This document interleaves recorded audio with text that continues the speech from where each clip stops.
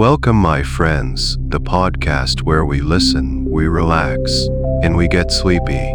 Before we begin, let's take a moment to settle in. Find a comfortable position. Gently close your eyes.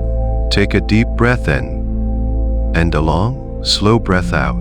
Tonight, our story will transport you to a place suspended in time, on the edge of a forest whispered about in fairy tales. We are leaving behind the world of glowing screens and urgent notifications. The only schedule we'll be following is the gentle rhythm of the setting sun, and the only alert will be the distant, soft call of an owl. Our destination is not a point on a map, but a gentle stroll into the very heart of inspiration, where the Brothers Grimm once walked and once walked and listened. It is a journey into a world painted in twilight, scented with pine and wood smoke, a place your mind can wander safely as your body finds its rest. So before you get comfortable, take a moment to like the video and subscribe, but only if you genuinely enjoy what I do here. And if you feel so inclined, leave a comment telling us what city you're listening from and what time it is for you. It's always a quiet comfort to know we are all settling down for the night, together in our own separate spaces. Now, dim the lights, maybe turn on a fan for that soft background hum, and let's ease into tonight's journey together. The air around you is cool and soft, carrying the first hints of evening. You are standing at the very edge of a small, quiet village nestled in the rolling hills of Germany. The sun has just dipped below the horizon, and the sky is a breathtaking canvas of deep violet, soft rose, and the last lingering streaks of gold. It is the magic hour, the time when the world seems to hold its breath. Before you lies the forest, a deep, dark silhouette against the fading light. Behind you, the village exhales a gentle sigh of contentment as it settles in for the night. You can feel the day's warmth still radiating softly from the cobblestones beneath your feet. These are not perfect, modern stones, but ancient, rounded ones, worn smooth by centuries of footsteps, cartwheels, and the slow, patient passage of time. They are a mosaic of grays and muted brown, nestled together like a sleeping flock of sheep. You shift your weight, and the leather of your simple walking shoes makes a soft, satisfying scuff against the stone, a sound that feels both personal and timeless. You turn to take one last look at the village. The houses are a storybook vision of what a village should be. They are half-timbered, their dark wooden beams creating beautiful, intricate patterns against whitewashed walls. In the windows of these patchwork houses, as they are called, you can see the warm, flickering glow of candlelight begin to appear, one by one, like earthbound stars being lit. Geraniums, a vibrant, cheerful red, spill from wooden window boxes, their color still rich even in the dimming light.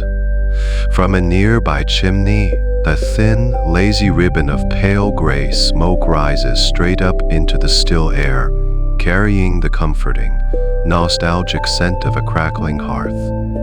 It's a fragrance of warmth, of home, of stories being told by the fire. You draw in a slow, deep breath. The air is a complex and beautiful perfume. There is the earthy scent of the wood smoke, blended with the fainter, sweeter smell of baked bread from a baker's cooling ovens. Underlying it all is the damp, clean smell of the earth itself, and a new, sharper scent beginning to drift from the forest ahead, the crisp, green fragrance of pine needles. The sounds of the day have all but faded. There is no traffic here, no distant sirens.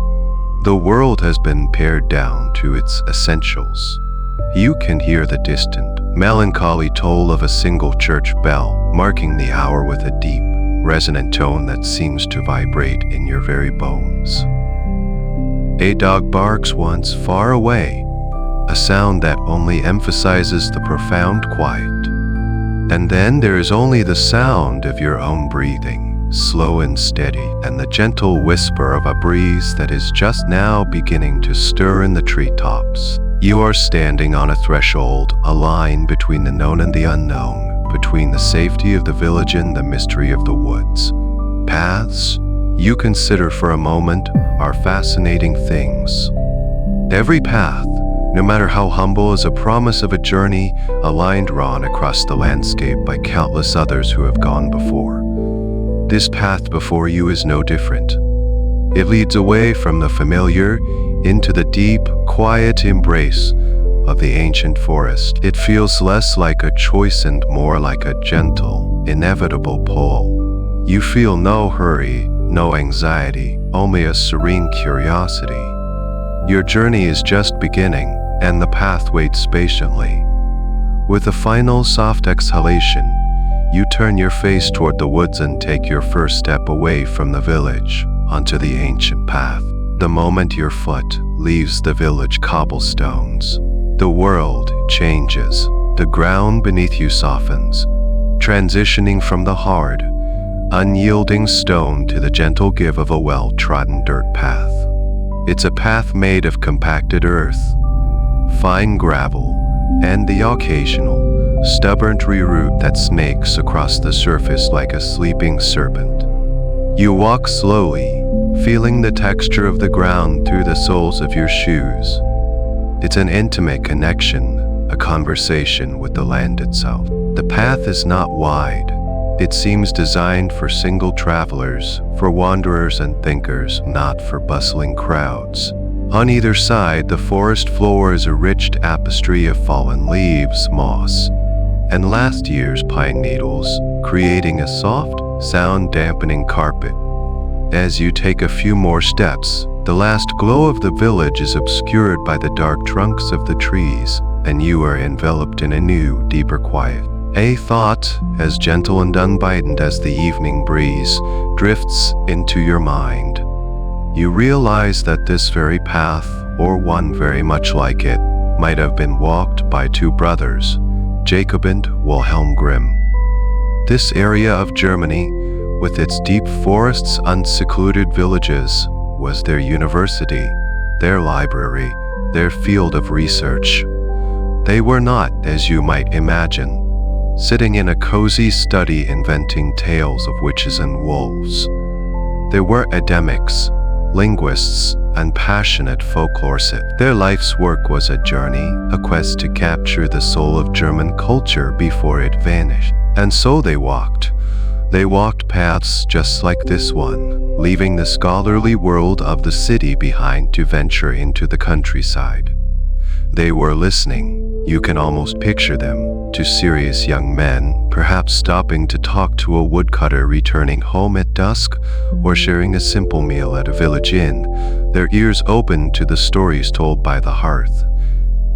They sought out the storytellers, often elderly women, who held generations of tales the march in their memories. These were not just children's fables to the Grimms, they were vital historical artifacts, echoes of ancient myths and beliefs, preserved in the simple everyday language of the people. As you place one foot in front of the other, you feel a subtle shift in your perception of the journey. You are no longer just a solitary walker in an anonymous forest. You are treading in the footsteps of story catchers. This path is not merely a line through the woods, it is a conduit, a connection across the centuries. Every gnarled root that you step over, every smooth, moss-covered stone you see, could have been seen and touched by them. Cool and smelling of damp earth and pine is the same air that carried the voices and stories that would eventually fill their famous book. It's a strange and comforting thought, isn't it, how a landscape can hold history not in monuments of stone, but in the quiet memory of a path. Travelers and poets have long debated whether a place can retain the feelings of what happened there. As you walk, you feel that the answer is yes. There's a certain resonance in the air, a sense of purpose to the silence. You feel a quiet companionship a sense that you are participating in a long, unbroken chain of wandering and wondering. You pause for a moment and look deeper into the forest. The trees stand tall and silent, their high branches forming a dense canopy that turns the last of the twilight into a soft, deep blue gloom. The forest isn't empty. It's filled with potential, with the raw material of 1,000 tales. It's easy to see how this landscape could inspire stories of enchanted creatures. The play of shadow and light, the mysterious rustle in the undergrowth, the ancient, knowing look of a gnarled oak tree, it's all here. The Grimms didn't invent the magic, they simply transcribed the magic that was already present in the woods, in the people, and in the telling. Your pace is unhurried, a gentle, meditative rhythm. With each step, you feel the day's tensions unwinding, replaced by a deep sense of peace and connection. You are walking a path of stories, a library without walls, where every leaf and stone is a page. The journey ahead is not about reaching a destination, but about the act of walking itself, slowing down, listening, and allowing the quiet history of the place to envelop you like a soft, woolen blanket. You feel safe here, accompanied by the gentle ghosts of two brothers who loved the woods and the stories they held. You have walked far enough now that the last vestiges of the village are gone. There is no more ambient light, no distant human sounds. You are truly and peacefully within the woods. The path ahead is a faint, silvery ribbon, illuminated only by the light from a sky that is now a deep, velvety indigo pricked with the first few brilliant stars. The trees on either side of you are no longer individual shapes, but have merged into great, dark walls of shadow. Natural corridor. The air has grown cooler, and you can feel a gentle dampness on your cheeks, a sign that the forest is exhaling its own unique atmosphere. You pull the collar of your coat a little closer, not from cold, but from a simple, comforting instinct. The world has shrunk to the small circle of your awareness, the soft crunch of your footsteps, the feeling of the cool air on your skin, the dark shapes of the trees. It's a profoundly peaceful, insular feeling. And then you hear it is not a loud sound. It is so perfectly suited to the environment that at first you almost mistake it for the wind or a creaking branch. But then it comes again, clearer this time, and unmistakable. Hoo hoo hoo. The sound is deep, resonant, and carries a strange, beautiful melancholy. It is the call of a tawny owl, the classic, iconic voice of the European night woods. It drifts through the trees from somewhere deep within the forest, a sound that seems to be the very soul of the twilight made audible. It is not a cry of alarm or aggression. It is a conversation, a declaration of presence, a soft, questioning note sent out into the vast silence. You stop walking, standing perfectly still on the path, tilting your head to listen more intently. The world seems to pause with you. Your own breathing becomes hushed. You are waiting for the reply. A few moments of profound silence pass, a silence made deeper and more significant by the call that just filled it. And then, from another direction, farther away, the answer comes. A softer, slightly different pitch. I call and response across the unseen landscape. It's a simple, ancient dialogue that has been taking place in these woods for thousands of years. It's a reminder that this forest, which seems so still, unquiet to your human senses, is in fact pulsing with life. You are a visitor in a kingdom that is just now beginning to wake up. There is a fascinating piece of folklore that comes to mind, a whisper from the very stories the Grimms might have collected. In some old tales, the owl is not a symbol of doom, but of wisdom and secrets. They are the keepers of the forest's knowledge, the silent observers who see all that happens under the cloak of darkness. To hear an owl's call was to be near a place of hidden truth. It feels fitting. You are, after all, on a journey of quiet discovery.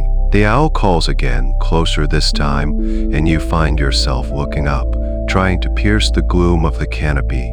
You see nothing but a dense lattice of black branches against the starry sky. The owl is perfectly camouflaged, a silent master of its domain.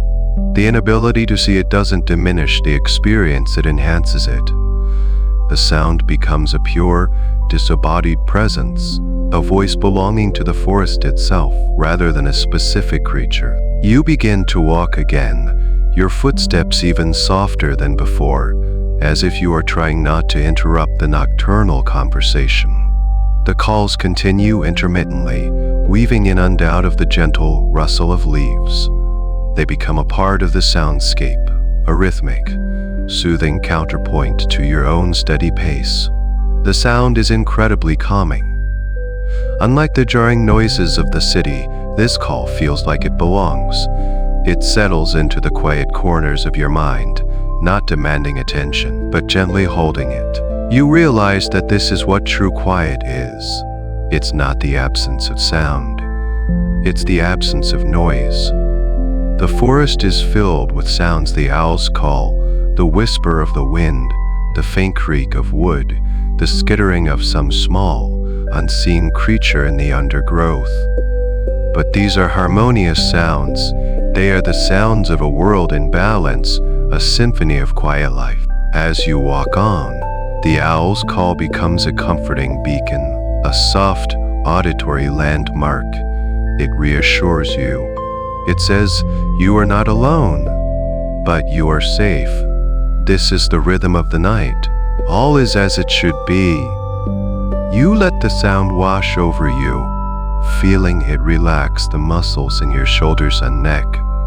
It's a lullaby sung by the forest itself, and you are its sole, attentive audience. As you move deeper into the woods, the gentle breeze that has been your companion begins to shift. It is no longer just a cool current of air, it is now a carrier of messages, a messenger of sense. You pause your steady walk, close your eyes for a moment, and focus on the simple act of breathing in. You let the air fill your lungs slowly, deliberately, trying to unravel the complex bouquet of the forest at night. The most dominant scent is the sharp, clean, and invigorating aroma of pine. It's the smell of a million needles, a fragrance that is both fresh and ancient. It speaks of resilience, of life that thrives in the cool, northern air. It's a scent that clears your head, sweeping away the last cobwebs of the day. You can almost feel it, a cool green sensation that travels from your nose to the back of your throat. But beneath that strong top note of pine, there is a whole world of other smells. You inhale again, deeper this time, and you find it the rich, dark, and wonderfully earthy scent of the forest floor. It is the smell of damp soil, a fragrance that is primal and deeply comforting. It smells of life and decay, a continuous, unhurried cycle. This is the scent of a place that is alive from its roots to its canopy. It's a humble smell, but it holds the entire story of the forest, and mixed with that dark, loamy aroma is the distinct, slightly sweet scent of decaying leaves. It's not an unpleasant smell. On the contrary, it's soft and complex, like a well-aged tea. It is the scent of autumn's past, a gentle reminder of the seasons that have turned within these woods.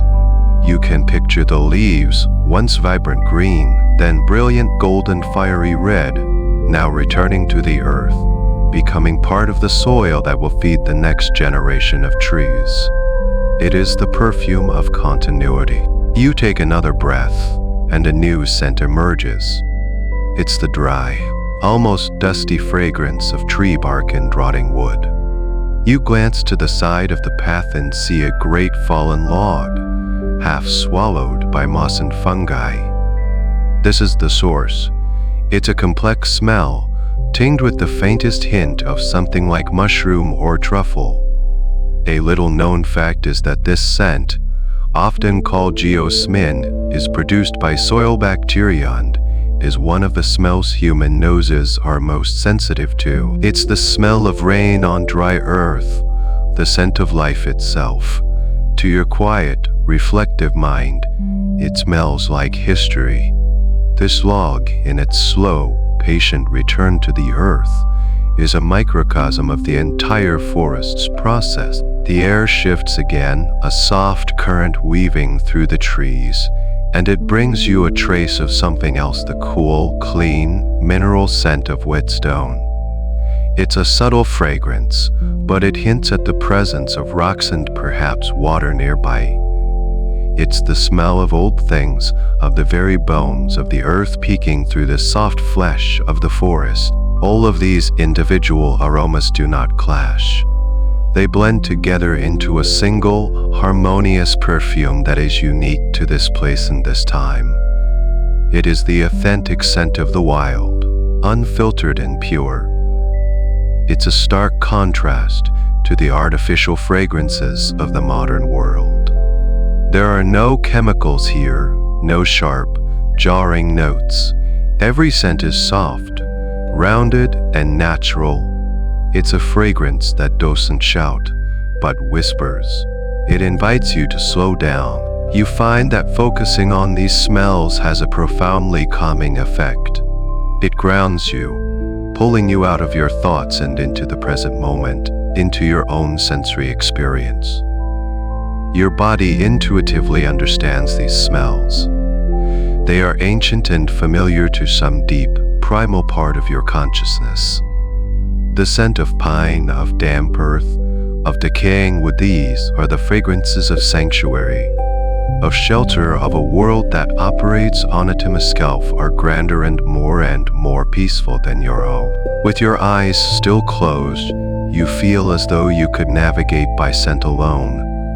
The pine tells you of the tall conifers, the damp earth speaks of the shaded ground, the whetstone hints at a feature yet to be discovered.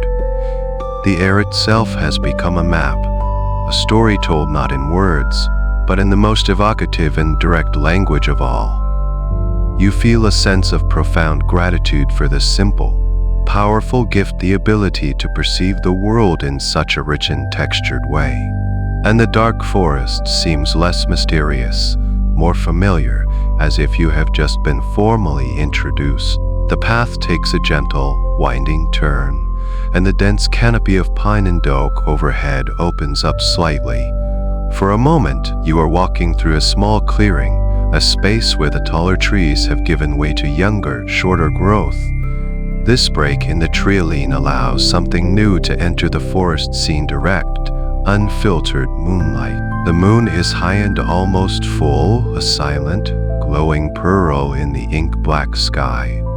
Its light is not the harsh, revealing light of the sun. It is a soft, silvery wash that transforms the world, painting everything in shades of silver, white, and deepest shadow. It's a quiet, magical light, and under its spell, the forest becomes an entirely different place.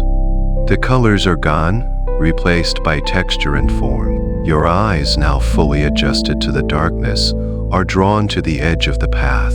Here, in the full grace of the moonlight, grows a dense patch of ferns. In the daylight, they might be a simple, unremarkable green. But now they are breathtaking. The moonlight catches on the intricate, delicate structure of their fronds, turning them into filigrees of silver.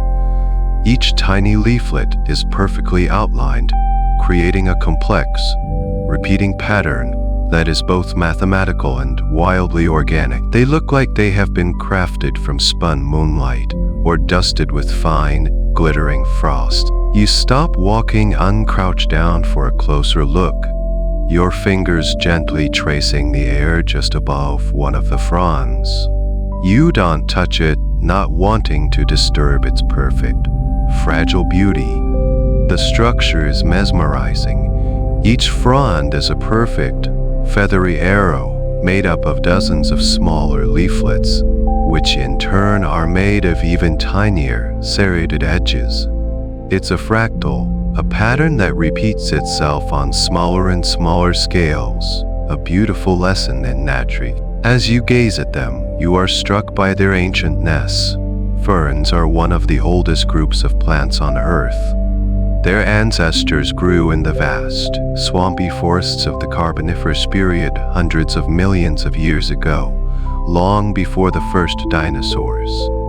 They are living fossils, carrying a blueprint for life that has proven successful through ice ages and epochs. The fern you are looking at now, in this quiet German forest, is a direct descendant of those primeval giants. It holds a silent, green memory of a world you can barely imagine. This thought lends a new weight, a new sense of reverence to the moment. You are not just looking at a plant, you are looking at a survivor, a testament to the tenacity of life. The moonlight plays tricks with your perception. The ferns seem to sway and dance, even though the air is perfectly still. Their shadows cast upon the dark earth behind them are as intricate and beautiful as the ferns themselves, long, feathery shapes that move and shift as you move your head. It's a silent, hypnotic ballet of light and shadow. You think about how this scene would have appeared to a traveler long ago, someone walking this path by moonlight without the benefit of scientific knowledge. It's easy to see how these moonlit ferns could become part of folklore. They look like they could be the bedding for fairies or a place where forest spirits rest. Their otherworldly beauty sparks the imagination, blurring the line between the real and the magical. Perhaps a scene just like this one, witnessed by a tired woodcutter or a wandering storyteller, was the seed for a tale that was eventually told to the Brothers Grimm. A small, cold-blooded observation comes to mind. Ferns reproduce not with seeds, but with spores, tiny dust-like particles often found on the underside of their fronds. This method of reproduction feels as ancient and mysterious as the plants themselves, a more primitive, elemental way of creating new life. You spend a few more moments just watching them, letting your eyes trace their delicate, silvered edges. The sight is incredibly soothing. The complexity of the pattern holds your attention, but it doesn't require any effort to observe. It's a form of natural meditation. The world is reduced to this one small, perfect detail, bathed in the serene, silent light of the moon. Finally, with a soft sigh of appreciation, you slowly rise to your feet. As you continue on your way, the image of the silver fern stays with you, imprinted on your mind. The path leads you back under the cover of the taller trees, and the world returns to deeper shadow. But you carry the memory of that light with you, a small glowing ember of beauty to light your way through the darkness. The path widens slightly, and you find yourself standing before a true giant of the forest. It's an ancient oak tree, a colossal figure whose presence seems to command the space around it. It is so large that it feels less like a plant and more like a geological feature, a living mountain of wood. Its trunk is immense, probably requiring 3 or 4 people to encircle it with outstretched arms. The bark is not smooth, but a deep, rugged terrain of fissures, crevices, plate-like ridges. It's a map of time, a chronicle of centuries written in wood. You are naturally drawn to it. You leave the path and take the few soft, mossy steps to stand at its base. You reach out a hand, not to disturb it, but simply to make contact. Your palm rests flat against the rough, cool bark. Through your skin, you can feel the immense, solid, living presence of the tree. It feels completely still, yet you know that deep within, sap is moving. Life is circulating, a slow, silent heartbeat that has been pulsing for hundreds of years. The tree is a veteran, a survivor. Its bark is a tapestry of its history. You can see the scars of lightning strikes from long-forgotten storms, long, dark lines that have healed over into thick welts of wood. There are holes, perfectly round, drilled by generations of woodpeckers. Patches of the bark are covered in a soft, green velvet of moss, while in other places, pale, silvery green lichens grow in slow, circular patterns. Lichens, you recall patterns, a partnership between a fungus and an alga. They are also incredibly sensitive to air pollution, so their presence here is a testament to the purity of the forest air. You let your eyes travel upwards, following the massive trunk as it soars into the darkness. Great, gnarled branches, as thick as ordinary trees, peel off from the main trunk and twist towards the sky. They are not straight or uniform, they are crooked and bent, reaching unturning in a slow, centuries-long dance for sunlight. They create a complex, powerful silhouette against the faint light of the sky, like the arms of a gentle giant, raised in a gesture of peaceful slumber. You lean your back against the trunk, finding a comfortable spot between two of the large roots that fan out at the base. These roots are like buttresses on a cathedral, anchoring the great tree to the earth. They are so large and sturdy that they create small, sheltered hollows around them. The ground here is soft, covered in a thick layer of decomposed oak leaves. You look up through the latticework of its branches and see small, framed patches of the starry sky. Resting here, against this ancient being, you feel a sense of profound safety and stability. This tree has stood in this exact spot through countless seasons. It has felt the heat of 1,000 summers, borne the weight of 1,000 winter snows. It has been a silent witness to history. It was a sapling when the stories the Grimms collected were first being told. It was a mature tree when they walked these woods. It has seen wolves and wild boar that no longer roam this path. It has heard the laughter and whispers of travelers and lovers who have long since turned to dust. A quiet question forms in your mind: if this tree could speak, what stories would it tell? Would it speak of the great storms, the quiet dawns, the changing of the seasons, or would it speak of the human lives that have passed beneath its boughs? Perhaps it wouldn't speak in words at all. Perhaps its story is told in the feeling. It gives you right now a feeling of immense, unshakable peace, of endurance, of a life lived on a scale so grand it makes your own worries feel small and temporary. There is no need to hurry. You allow yourself to simply rest here for a few moments, borrowing the tree's strength and stillness. You feel your own breath slowing down to match the calm, steady rhythm of the forest. You are not separate from the scene, you are a part of it, a temporary visitor resting in the embrace of a permanent resident. The tree doesn't judge or question your presence. It simply is, and it allows you to be too.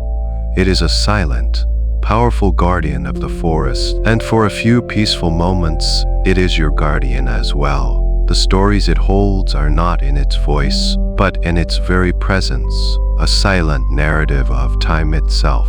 And you are here, a privileged reader, listening with your entire being. After a few more moments of quiet rest against the ancient oak, you gently push yourself back to your feet and rejoin the path.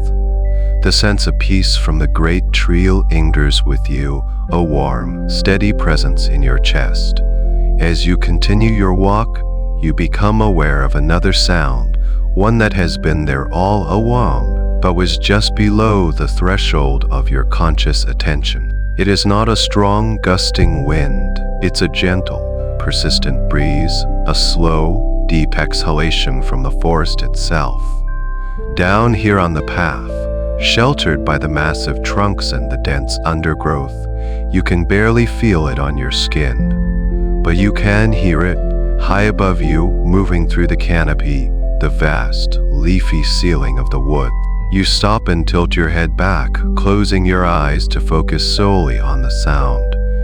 It is a soft, continuous, rushing whisper. Shahadeh-chach, it's a sound that has no beginning and no end. It is the closest thing the natural world has to a pure, white noise. It's a sound that washes over you, filling the air and smoothing over the sharp edges of any other noise. You begin to notice the subtleties within the sound. It is not one monotonous note. As the breeze moves through different types of trees, it creates different tones. The sound of the wind in the pine needles is a higher-pitched, finer whisper, a crisp, sibilant sound, like the soft sweeping of a broom. Then, as it passes through the broad leaves of the oak and beech trees, the sound becomes deeper, fuller, more of a rustle than a whisper. It's a sound like the turning of 1,000 tiny pages in a great, leafy book. The two sounds blend together, rising and falling in gentle, unpredictable waves. One moment, the pine's whisper is more prominent. The next, the rustle of the oak leaves takes over. It's a natural, unscripted symphony. It's the sound of the forest breathing. This gentle, constant sound has a profoundly hypnotic effect. It's a perfect sound for sleep, for letting go. Your brain doesn't try to interpret it or find a pattern in it. It simply accepts it as a background hum, a sonic blanket that envelops you. It's a sound that signals safety and calm. In our ancient past, a gentle, steady wind like this would have meant that no predators were moving silently nearby. It was a sound that allowed our ancestors to relax their guarded rest. The instinctual feeling of safety still resonates within you now. A thought occurs to you, a quiet reflection on the nature of sound and silence. Is silence truly the absence of sound, or is it a state where all the sounds are gentle and harmonious? You decide it is the latter. The forest is not silent, but it is deeply peaceful. The wind in the trees, the distant call of the owl, the soft crunch of your own footsteps, they do not break the silence. They are the threads that make up its rich, textured fabric. You find a particular joy in the randomness of it all. A slightly stronger puff of wind will cause a sudden, louder cascade of rustling, which then fades back into the steady whisper. A single dry leaf, dislodged from a high branch, will spiral down, its tiny, scratching sound a brief solo in the larger orchestra before it comes to rest on the path. You are completely absorbed in this sensory experience, your mind free from deadlines, worries. You are simply here, listening to the wind. It makes you think of the stories told in this region, tales of the wind carrying whispers of messages from the spirits of the woods. It's easy to understand why. The sound is so much like a voice, a soft, sibilant language that you can almost understand. You feel as though the forest is murmuring its secrets to you, not in words, but in this pure elemental sound. You begin to walk again, your pace slow and measured, matching the gentle flowing rhythm of the wind. The sound becomes your constant companion, a soothing presence that follows you along the path.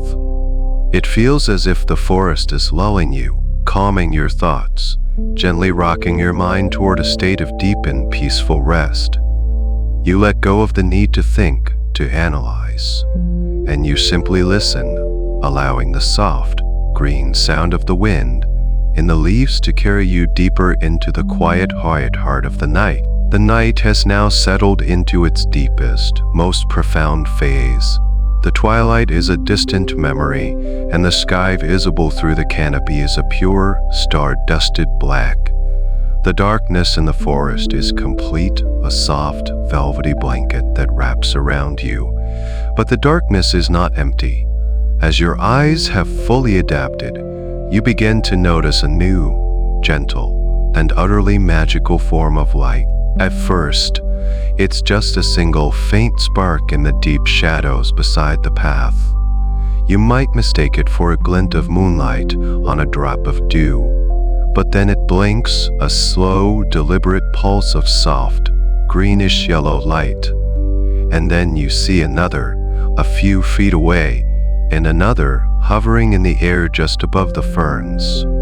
Soon, you realize you are surrounded by them.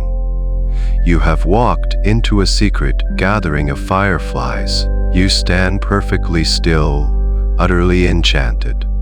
The fireflies are not moving quickly or erratically. They drift through the air with a slow, dreamlike grace. They rise and fall in gentle, silent arcs, their tiny lanterns winking on-off in a slow, rhythmic pulse. Some of them hover in one spot, their light a steady, gentle glow. Others trace lazy, curving patterns in the darkness, leaving faint, momentary trails of light in their wake. It's a silent, mesmerizing light show. The light they produce is unlike any artificial light. It is soft, organic, and completely cool. It doesn't illuminate the forest in a harsh way, it only accentuates the darkness, making it feel deeper and more mysterious. Each tiny spark is a point of pure, unadulterated magic. You feel like you have stumbled into a sacred, hidden place, a secret ballroom where the spirits of the night are dancing. You recall a small, fascinating piece of science about these creatures. The light of a firefly or glowworm is a product of bioluminescence, a chemical reaction in their bodies. It's an incredibly efficient process, with nearly 100% of the energy being released as light, with almost none as heat. This is why their light feels so cool and gentle. This light isn't for you, of course. It's their language, a complex code of flashes and pulses used to attract mates.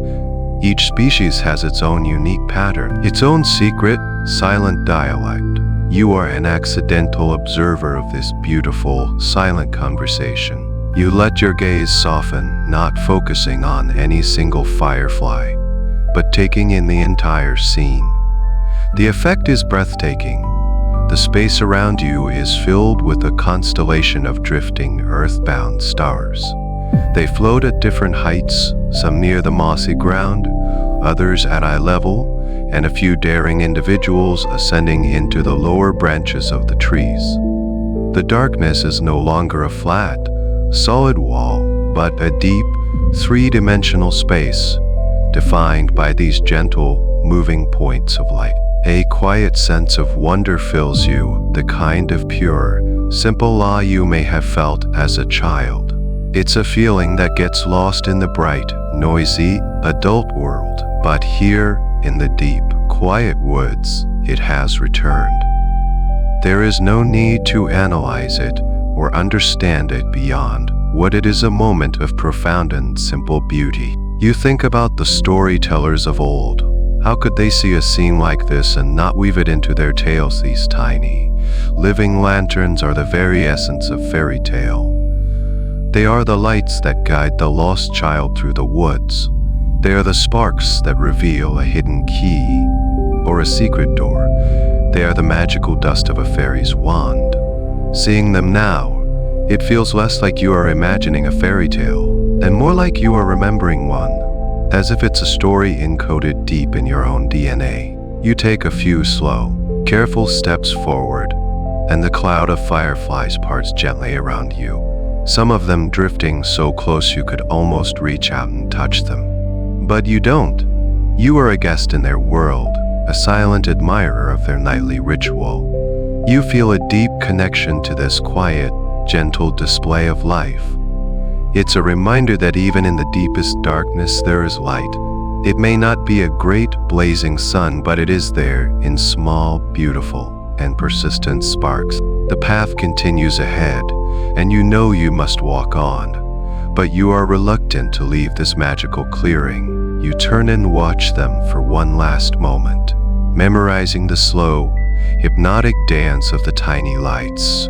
As you walk away, you can still see them behind you, their gentle, pulsing glow of fond farewell, a silent promise that the magic of the forest will continue long after you have passed. As you walk on, carrying the memory of the firefly's light, you begin to notice a new element in the forest's soundscape. It's very subtle at first, almost imperceptible beneath the whisper of the wind in the leaves.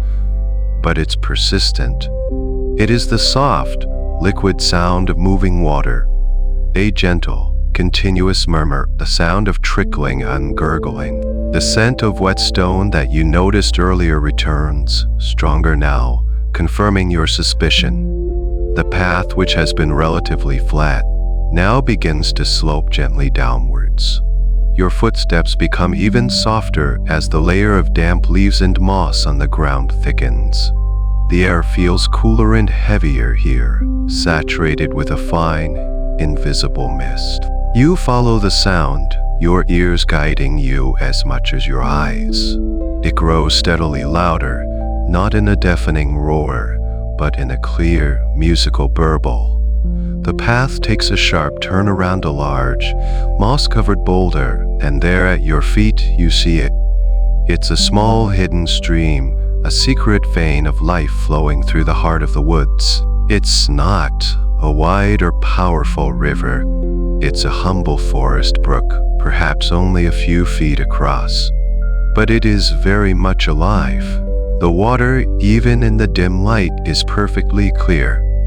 It flows over a bed of smooth, rounded pebbles of all sizes and shades, dark gray, mottled brown, and even a few of pale, almost white quartz that seem to glow with a faint, internal light. You crouch down at the water's edge, drawn by the gentle, hypnotic motion. The water chatters and sings as it tumbles over the stones, creating little eddies and whirlpools. Tiny, shimmering ripples catch the faint starlight, creating a constantly shifting pattern of light on the water's surface. It's a beautiful, living thing, a ribbon of liquid silver weaving its way through the darkness. You dip your fingers into the stream. The water is startlingly cold, a pure, clean cold that feels ancient and deeply refreshing. It's a cold that speaks of deep, underground springs, of water filtered through layers of rock and soil for years before emerging here into the moonlight. You let the water flow over your fingers, a sensation that is both a shock and a deep comfort. It feels like you are touching the very lifeblood of the forest. The sound of the stream is incredibly complex and soothing. It's a whole symphony of tiny, liquid noises. There is the low gurgle of the deeper currents, the higher-pitched trickle as water flows over a small stone, and the soft, percussive plink of a single drop falling from a mossy overhang onto the surface. It's a sound that is constantly changing, yet always the same, a perfect, natural lullaby. This kind of sound, a gentle, random, and continuous noise, is what sound experts call ping, which many people find even more relaxing than white noise. It has a natural, gentle quality that is deeply calming to the human nervous system. The banks of the stream are lush and vibrant. The moss here is thicker and greener than anywhere else in the forest, a deep, emerald green carpet that thrives in the constant moisture. It grows over the rocks and the gnarled roots of the trees that line the bank, softening all the hard edges and creating a scene of incredible softness and tranquility. Tiny, delicate ferns, smaller and more vibrant than the ones you saw earlier, grow in the crevices between the stones, their fronds glistening with droplets of water. This stream, you realize, is the reason for the richness of life around you. It is a source, a provider. It nourishes the great trees, waters the moss and ferns, and provides a drink for the deer, the fox, and the owl. In the stories of old, streams like this were often seen as magical places, borders between the human world and the enchanted realm. They were places where one might catch a glimpse of a water sprite or a nixie. Looking at this hidden beautiful place, it's easy to understand. It feels separate from the ordinary world, a sanctuary of peace and life. You feel no desire to cross the stream or to continue your journey just yet. You are content to simply sit here by its side, listening to its gentle, timeless song. The cool air, the soft, damp moss, the clear, cold water, and the ceaseless, musical sound all combine to create a moment of perfect, sensory peace. You are not thinking about the past or the future. You are just here now, a quiet observer by the secret stream, letting energy wash through you and calm your soul. You remain seated by the edge of the hidden stream, your posture relaxed, your mind quieted by the gentle, burbling music of the water. The path of the stream bends slightly, and just ahead, you notice a place where the water pools, forming a small, still basin before continuing its journey. The banks are a little higher here, creating a sheltered cove where the current slows to an almost imperceptible crawl. Curiosity, gentle and unhurried, prompts you to shift your position. You lean forward, supporting yourself with a hand on the cool, damp moss, and peer into this quiet pool. The water here is as smooth as dark glass, a perfect, unbroken surface. And what you see takes your breath away. Reflected in the water is the night sky. It is not a blurry or distorted image. It is a perfect, crystal clear replica, a miniature universe held in a small basin of water. You can see the stars, not as faint glimmers, but as sharp, brilliant points of silver light scattered across a field of deepest black. You can trace the familiar shapes of constellations, upside down and backwards, a secret map laid out at your feet. The moon, which is high above you, is also here, a perfect, luminous gentle, silvery light seeming to emanate from the depths of the stream itself. The reflection is so perfect that for a dizzying moment, it feels as though you are looking down into the vastness of space. It feels as if the stream has dissolved the earth beneath it, opening a direct window to the heavens. You are perched on the edge of a quiet infinity. This phenomenon, you muse, is a beautiful accident of physics. The stillness of the water, protected from the wind by the surrounding trees and banks, allows its surface tension to create a flawless natural mirror. The clarity of the water, free from sediment and pollution, ensures the image is sharp and bright. It's a simple, scientific explanation, but it does nothing to diminish the magic of the moment. In fact, it adds a layer of wonder, a sense of gratitude for the perfect, quiet conditions that have allowed this beautiful illusion to occur. You watch, mesmerized, as a gentle breeze, a mere whisper from the canopy above, finally reaches the surface of the pool. The reflection shimmers. The moon and stars tremble and distort, their light breaking apart into 1,000 tiny, dancing fragments of silver. The perfect image is momentarily shattered, replaced by a swirling, abstract pattern of liquid light. It is beautiful in a different way, a dynamic, living painting. Then, as the breeze passes and the celestial image slowly reassembles itself, the stars and moon coalescing back into their perfect form. There's a profound philosophical idea that this sight brings to mind, one that scholars and poets have pondered for ages. Is the reflection in the water less real than the sky above?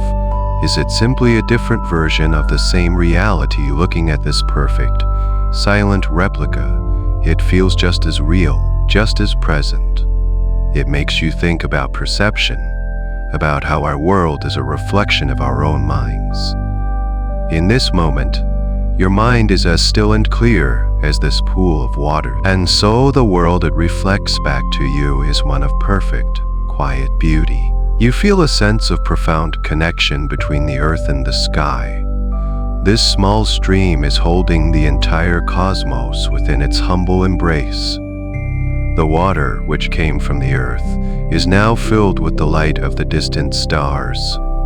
It's a powerful symbol of unity, a reminder that everything is connected, from the smallest pebble at the bottom of the stream to the most distant galaxy. You don't know how long you stay there gazing into this water sky. Time seems to have dissolved, just as the earth beneath the water seems to have dissolved. There is only the quiet, the darkness, and the steady, silent light of the reflected stars. It is a moment of pure, undiluted peace, a deep, meditative state brought on by the simple, profound beauty of the natural world. Eventually, with a slow, deep breath, you gently pull back from the edge of the pool. You don't want to disturb the water to mar the perfection of the scene. You rise to your feet, feeling refreshed and centered as if you have just drunk from a well of pure tranquility. The journey continues, but you carry this image of the star-filled water with you, a secret universe held safely in your memory. You leave the bank of the secret stream, its gentle music fading slowly behind you as you rejoin the main path. The air is still cool and damp, and the forest feels ancient and full of secrets. You feel as though you are peeling back layers of the woods, venturing deeper not just into a physical space, but into a place of quiet wonder. The path meanders through a particularly dense stand of old beech trees, their smooth, gray bark looking almost white in the faint starlight. Just as you are settling back into the steady rhythm of walking, you notice something off to the side of the path, nestled in a small, sheltered hollow. It is a low, circular stone structure, almost completely swallowed by the forest. Your curiosity piqued, you step off the path and move closer, your feet making no sound on the thick carpet of moss.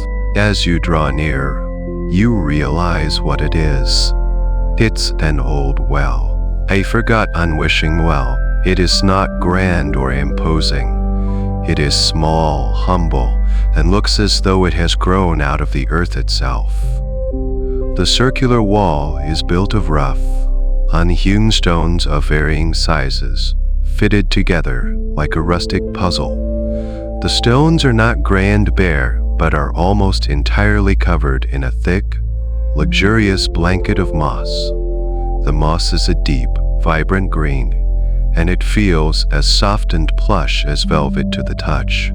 You run your fingertips over it gently, and it feels cool and damp, and incredibly soft. The well is a perfect circle, about waist high. You lean over the stone rim, your hands resting on the soft moss, and peer down into the darkness. You expect to see the glint of water far below, but instead, the well is filled almost to the top with a thick, dark carpet of fallen leaves from countless autumns.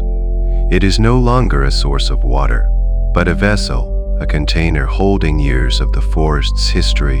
There is no bucket, no rope, no windlass. Any mechanism for drawing water is long gone, reclaimed by time and the patient work of rust and decay. The only thing that remains is the simple, enduring stone circle. A small, delicate fern has taken root in a crevice between two of the stones, its feathery frond a splash of bright, living green against the dark well. You can't help but wonder about its history. Who built this well?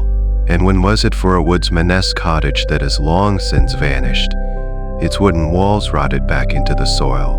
Or was it a place for travelers on this ancient path to stop and refresh themselves? Perhaps it was never for practical use at all. Perhaps it was always a place of ritual, a place to make a wish, to have a quiet moment of communion with the spirits of the forest. This idea of it being a wishing well feels right.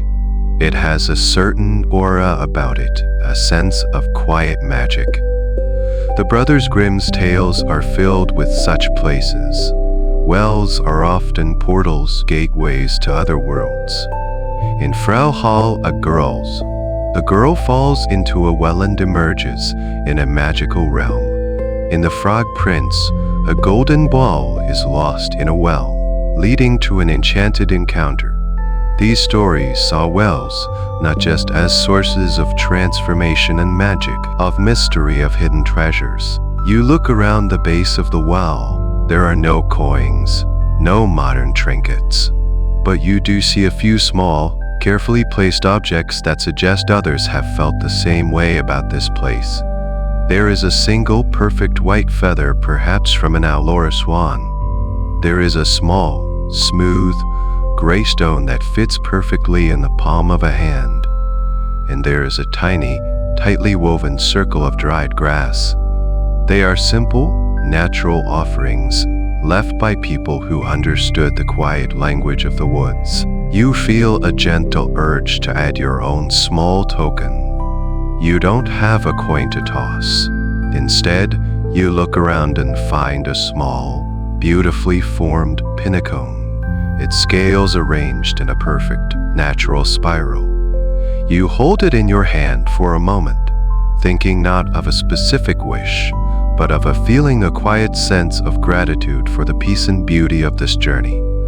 Then, you gently place the pinnacone on the mossy rim of the well, alongside the other offerings.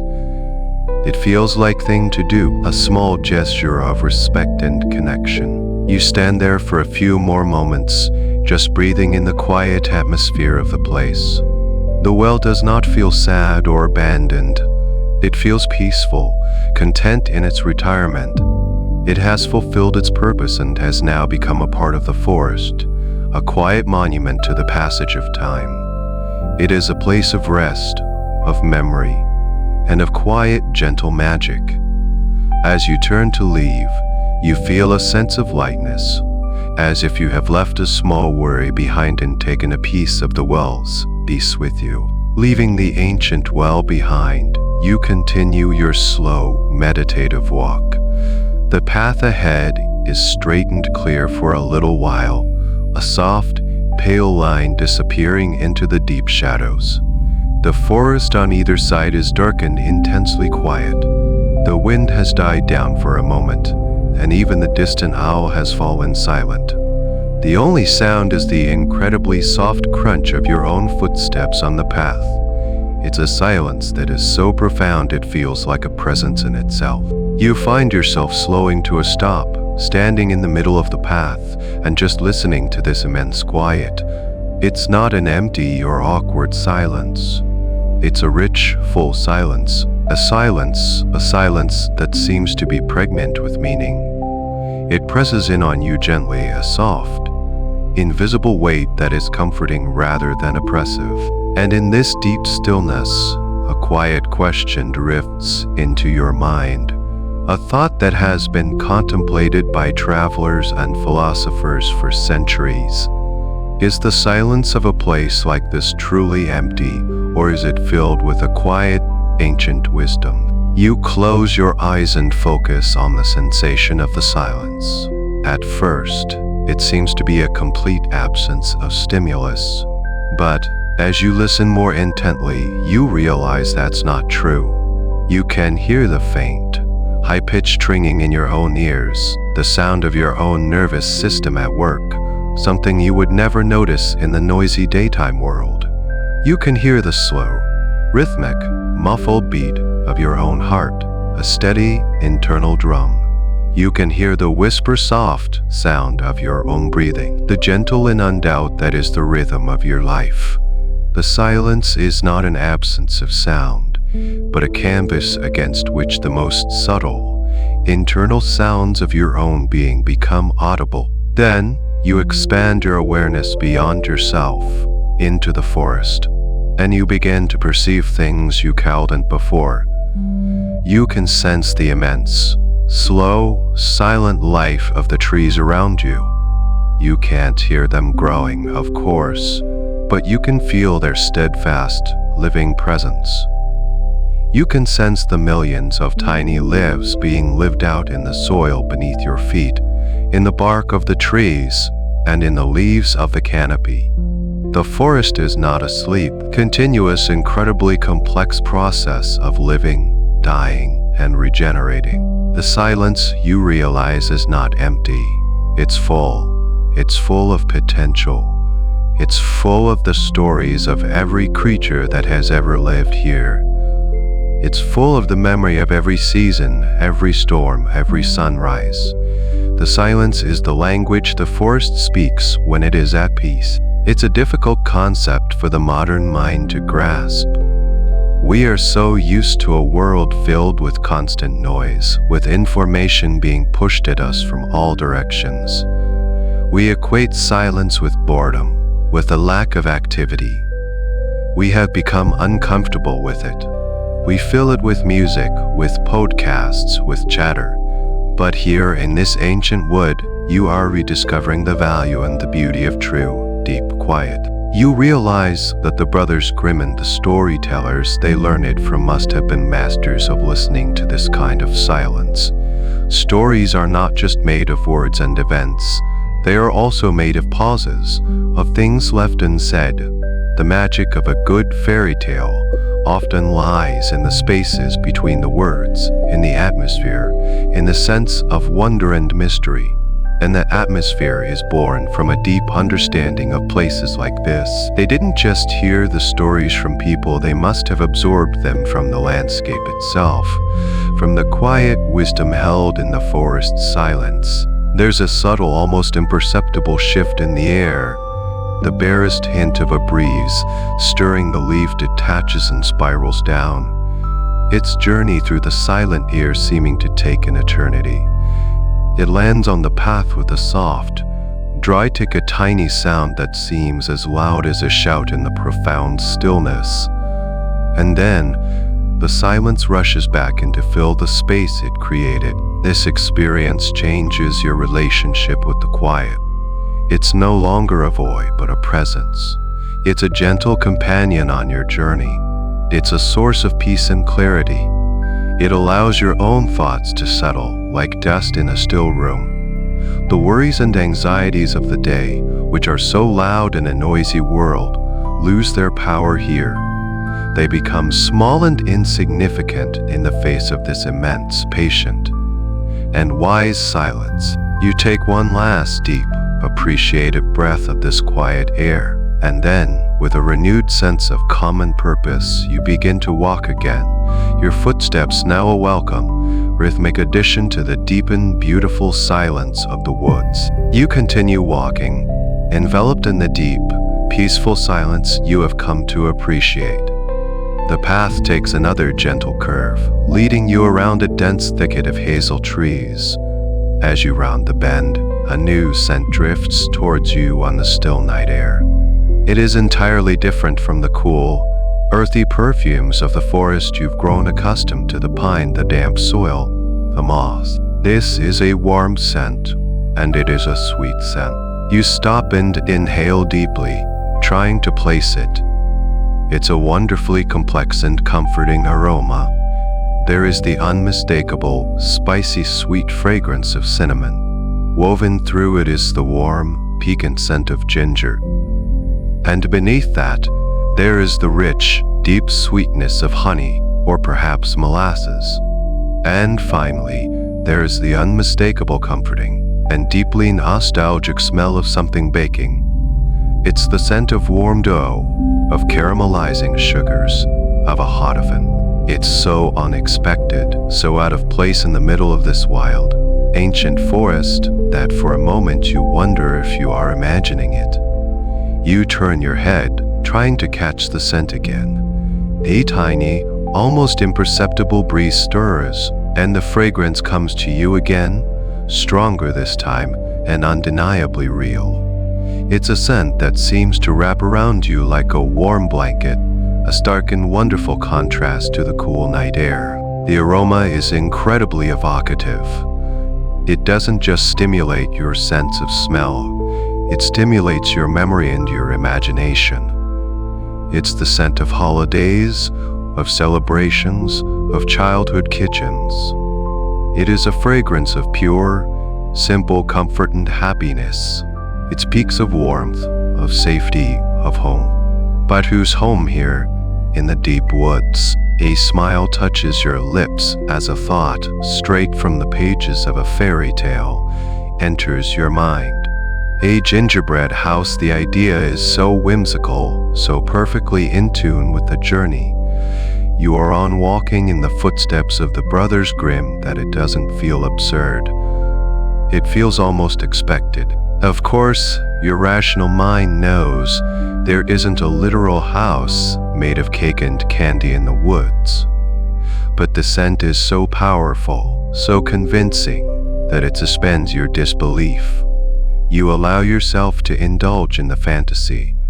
What would it be like to come across such a place? The story of Hansel and Gretel, one of the most famous tales collected by the Grimms, comes to you in vivid detail. You remember the description of the little house built of bread, with a roof of cake and windows of clear sugar. The story is a dark one, a cautionary tale about temptation and danger disguised as sweetness. But here, in the safety of your own gentle journey, you can strip away the scary parts and focus on the pure, childlike wonder of the image. The warm, sweet scent seems to be pulling you forward, a gentle, invisible thread. You feel no fear, no sense of foreboding. The aroma is too comforting, too genuinely wholesome for that. It doesn't feel like a trap, it feels like an invitation. As you begin to walk again, slowly you try to dissect the fragrance further. It's not just gingerbread. There's another layer to it, a faint, milky, creamy scent, like warm milk spiced with nutmeg, and perhaps a hint of something fruity like baked apples. It's a complete confection of comforting smells, a symphony of warmth and sweetness that is utterly at odds with the cool, wild nature of the forest around you. The contrast is what makes it so powerful. The cool, dark, ancient woods and this warm, sweet, human smell of baking. It's a juxtaposition of the wild and the domestic, the natural and the man-made. And yet, somehow, it feels harmonious. The scent doesn't feel like an intrusion into the forest. It feels like a secret held within it, a warm heart beating in the center of the cool, dark woods. You follow the scent as it grows stronger, your steps quiet and full of a gentle, pleasant anticipation. The path seems to be leading you directly towards the source. Your journey, which has been a wandering, aimless exploration of natural wonders, now has a focal point, a destination. You are following a trail of breadcrumbs, not of bread, but of its warm, sweet, spicy scent, deeper into the fairy tale heart of the forest. Led by the warm, sweet, and spicy aroma of gingerbread, you walk on. The path opens up unexpectedly, and you find yourself standing at the edge of a small, perfectly circular clearing. The gray trees of the forest stand back, forming a natural wall around this secluded space, their high branches creating a frame for the star-filled sky above. And there, in the very center of the clearing, is the source of the scent. It is a small cottage. It's a sight so unexpected and so utterly charming that you simply stand and stare, a soft smile on your face. It is not, of course, literally made of gingerbread, but you understand immediately why your mind made that connection. The cottage is crafted from dark, cinnamon brown logs, and its steeply pitched roof is covered in thick, rounded wooden shingles that look exactly like overlapping slices of dark gingerbread cake. The trim around the windows and the door is painted a creamy white like icing. It is the most perfect fairy tale cottage you could ever imagine. It's small and cozy, with a single, sturdy-looking door right in the middle, and a small, square window on either side. A thin, curling tendril of white smoke is rising from a stone chimney on the side, and it is this smoke that carries the delicious, warm scent that leads you here. The cottage seems to be humming with a quiet, contented life. But the most enchanting detail is the light. From the two small windows, a warm, golden, flickering light spills out into the clearing. It's not the harsh, steady light of an electric bulb. It is the soft, dancing, living light of candles or an oil lamp. This light pools on the ground outside the windows, illuminating patches of the mossy earth and casting a warm, welcoming glow that seems to push back the cool darkness of the surrounding forest. The light itself seems to be an extension of the cottage's warmth and safety. The windows themselves are a work of art.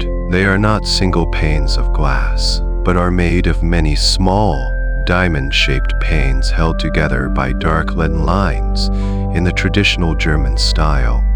This lattice work breaks up the light, making it seem even softer and more magical. Through the glass, you can't see clearly inside, only a soft, blurry impression of warmth and movement. The cottage is not scary or foreboding. There is no sense of the witch, das house from Hansel and Gretel. On the contrary, it radiates an aura of profound peace and safety. It looks like a place of refuge, a sanctuary. It feels like a physical manifestation of the word cozy. It is a small island of domestic warmth in the vast, wild ocean of the forest. You find it interesting to consider the history of such dwellings. In centuries past, these forests were not empty parks. They were working landscapes. People lived and worked here: charcoal burners, woodcutters, herbalists. A small, isolated cottage would have been a very real, very practical home for someone whose life was intimately tied to the woods. The fairy tale version is just a romanticized echo of that reality.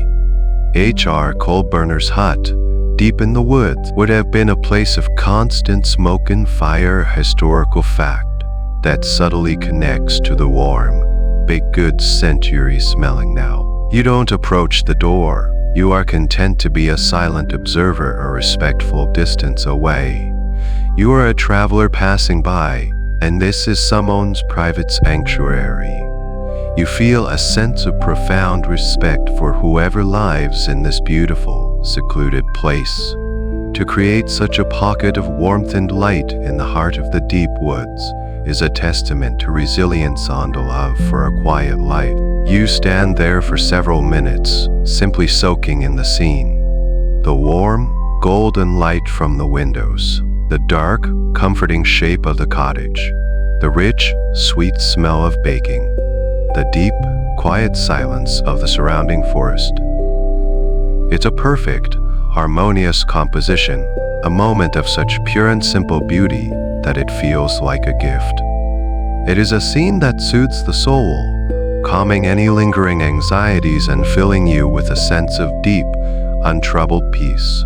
Not the scary parts, but the part about finding unexpected warmth and safety in the deep, dark woods. As you stand at the edge of the clearing, a quiet spectator admiring the fairy tale cottage, the sturdy wooden door opens.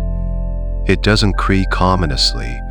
It swings inward with a smooth, welcoming motion, spilling a wider rectangle of warm, golden light onto the mossy ground. Framed in the doorway is not a wicked witch or a fearsome figure, but a woman. She is old, her face a beautiful map of wrinkles, each line telling a story of laughter and time. Her hair is silver white, braided and coiled neatly on her head. She wears a simple, dark dress and a clean, white apron. She holds a small, flickering lantern in one hand, raising it lightly as she peers out into the darkness. Her expression is not one of alarm, but of gentle curiosity.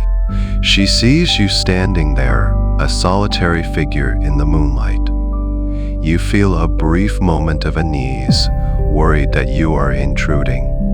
But she offers you a soft, genuine smile, a smile that crinkles the corners of her eyes. She says nothing, but simply gives a small, welcoming nod and gestures with her free hand for you to come closer. Her silent invitation is so full of warmth and kindness that you feel no hesitation. You walk slowly across the clearing, your footsteps soft on the moss. As you approach, the warm, spicy scent of the cottage intensifies, and it is joined by the faint, pleasant smell of beeswax from her lantern. When you reach the doorway, she steps aside, holding the door open for you. It is a clear, gentle invitation to enter her sanctuary of warmth. You duck your head slightly as you step over the threshold, moving from the cool, silvery night of the forest into the warm, golden heart of the cottage. The inside is one single cozy room. The air is warm and filled with the comforting smells of baking, wood smoke, and drying herbs. The source of the beautiful light is a collection of thick, beeswax candles set on the wooden mantelpiece in the large, scrubbed clean wooden table in the center of the room. Their flames dance and flicker, casting soft, moving shadows that make the small space feel alive. Your eyes are immediately drawn to the source of the room's heat and the wonderful aroma. In one corner stands a large stone hearth where a small, cheerful fire is burning. It is not a raging inferno, but a gentle, well-tended fire of seasoned logs.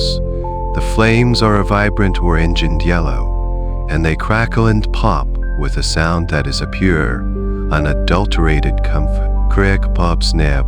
You find yourself just listening to it for a moment. It's a sound that speaks directly to a primal part of the human soul. It is the sound of safety, of warmth, of community. For thousands of years, the sound of a crackling fire has meant protection from the cold and the dark, a place to cook food, a center for a family or a tribe to gather. It is a sound that is deeply, genetically encoded in us as good. You let the sound wash over you. The soft, rhythmic crackling and popping is like a gentle, percussive music. It's a random, natural rhythm that is deeply soothing. You can feel the warmth of the fire on your face and hands, a gentle, radiant heat that chases away the last of the night's chill. You feel the tension in your shoulders, which you hadn't even realized was there, begin to melt away. The old woman gestures for you to sit in a simple, sturdy wooden chair. Near the hearth, the chair is old, its wood worn smooth and dark with age and use. It has been warmed by the fire and is comfortable and solid. From this vantage point, you can watch the flames dance and listen to their soft, crackling song. You are in a place of complete and utter peace. The world outside, the great dark forest, seems a million miles away. Here in this small, warm, light-filled room, with the gentle sound of the fire filling the air, you feel a sense of safety and contentment that is absolute. It is a haven, a shelter not just from the elements, but from the worries and complexities of the world. You are simply present, a quiet guest warmed by a stranger's fire, listening to the oldest and most comforting lullaby in the world. You sit in the comfortable, fire-warmed wooden chair, your body sinking into a state of deep relaxation. The soft, crackling music of the hearth fire and the dancing candlelight create a cocoon of perfect tranquility. The old woman, your silent hostess, moves about the small cottage with a slow, deliberate grace. Her movements are unhurried and efficient, the practiced motions of someone who has performed these simple tasks 1,000 times. She doesn't speak, and you feel no need to fill the silence with words. The quiet between you is not awkward, it is a comfortable shared peace. It's a silence built on a foundation of mutual, unspoken understanding. You are a weary traveler, and she is a provider of comfort. It is a simple, ancient relationship. She moves to the large, flat-topped stove that sits next to the hearth. On it, a small, dark pot is simmering gently. She picks up the pot with a cloth-covered hand and brings it over to the central table. The air is immediately filled with a new, wonderfully fragrant aroma that mingles with the scent of gingerbread and wood smoke. It is the warm, sweet, and deeply comforting scent of spiced milk. She takes a simple earthenware mug from a wooden shelf. It is a beautiful, rustic object, a warm, earthy brown color, and it feels solid and comforting to imagine holding. She ladles the steaming, creamy white liquid into the mug. A small cloud of fragrant steam rises from it, carrying the scent of warm milk, sweet honey, and the gentle, aromatic spice of nutmeg and perhaps a hint of cinnamon. She brings the mug to you and offers it with both hands, a gesture of simple, profound hospitality. You take it from her, your fingers wrapping around the warm ceramic. The heat seeps into your hands, a direct and immediate comfort that travels up your arms and seems to spread throughout your entire body. The mug is pleasantly heavy, substantial, a grounding presence in your hand. You raise the mug towards your lips and inhale the steam. The fragrance is incredibly soothing. It's a scent from the deepest, most comforting part of childhood, a universal aroma of nurture and care. It's a lullaby in a scent.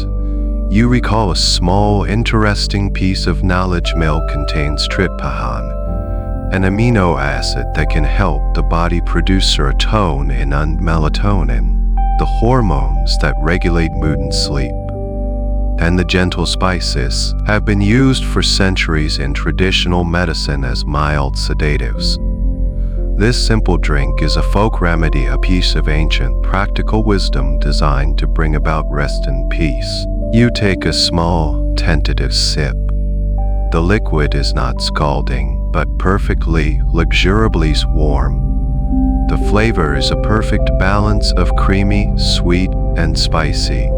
The sweetness is gentle, from honey, not from harsh sugar. The milk is rich and full, and the spices are a soft, warm whisper in the background.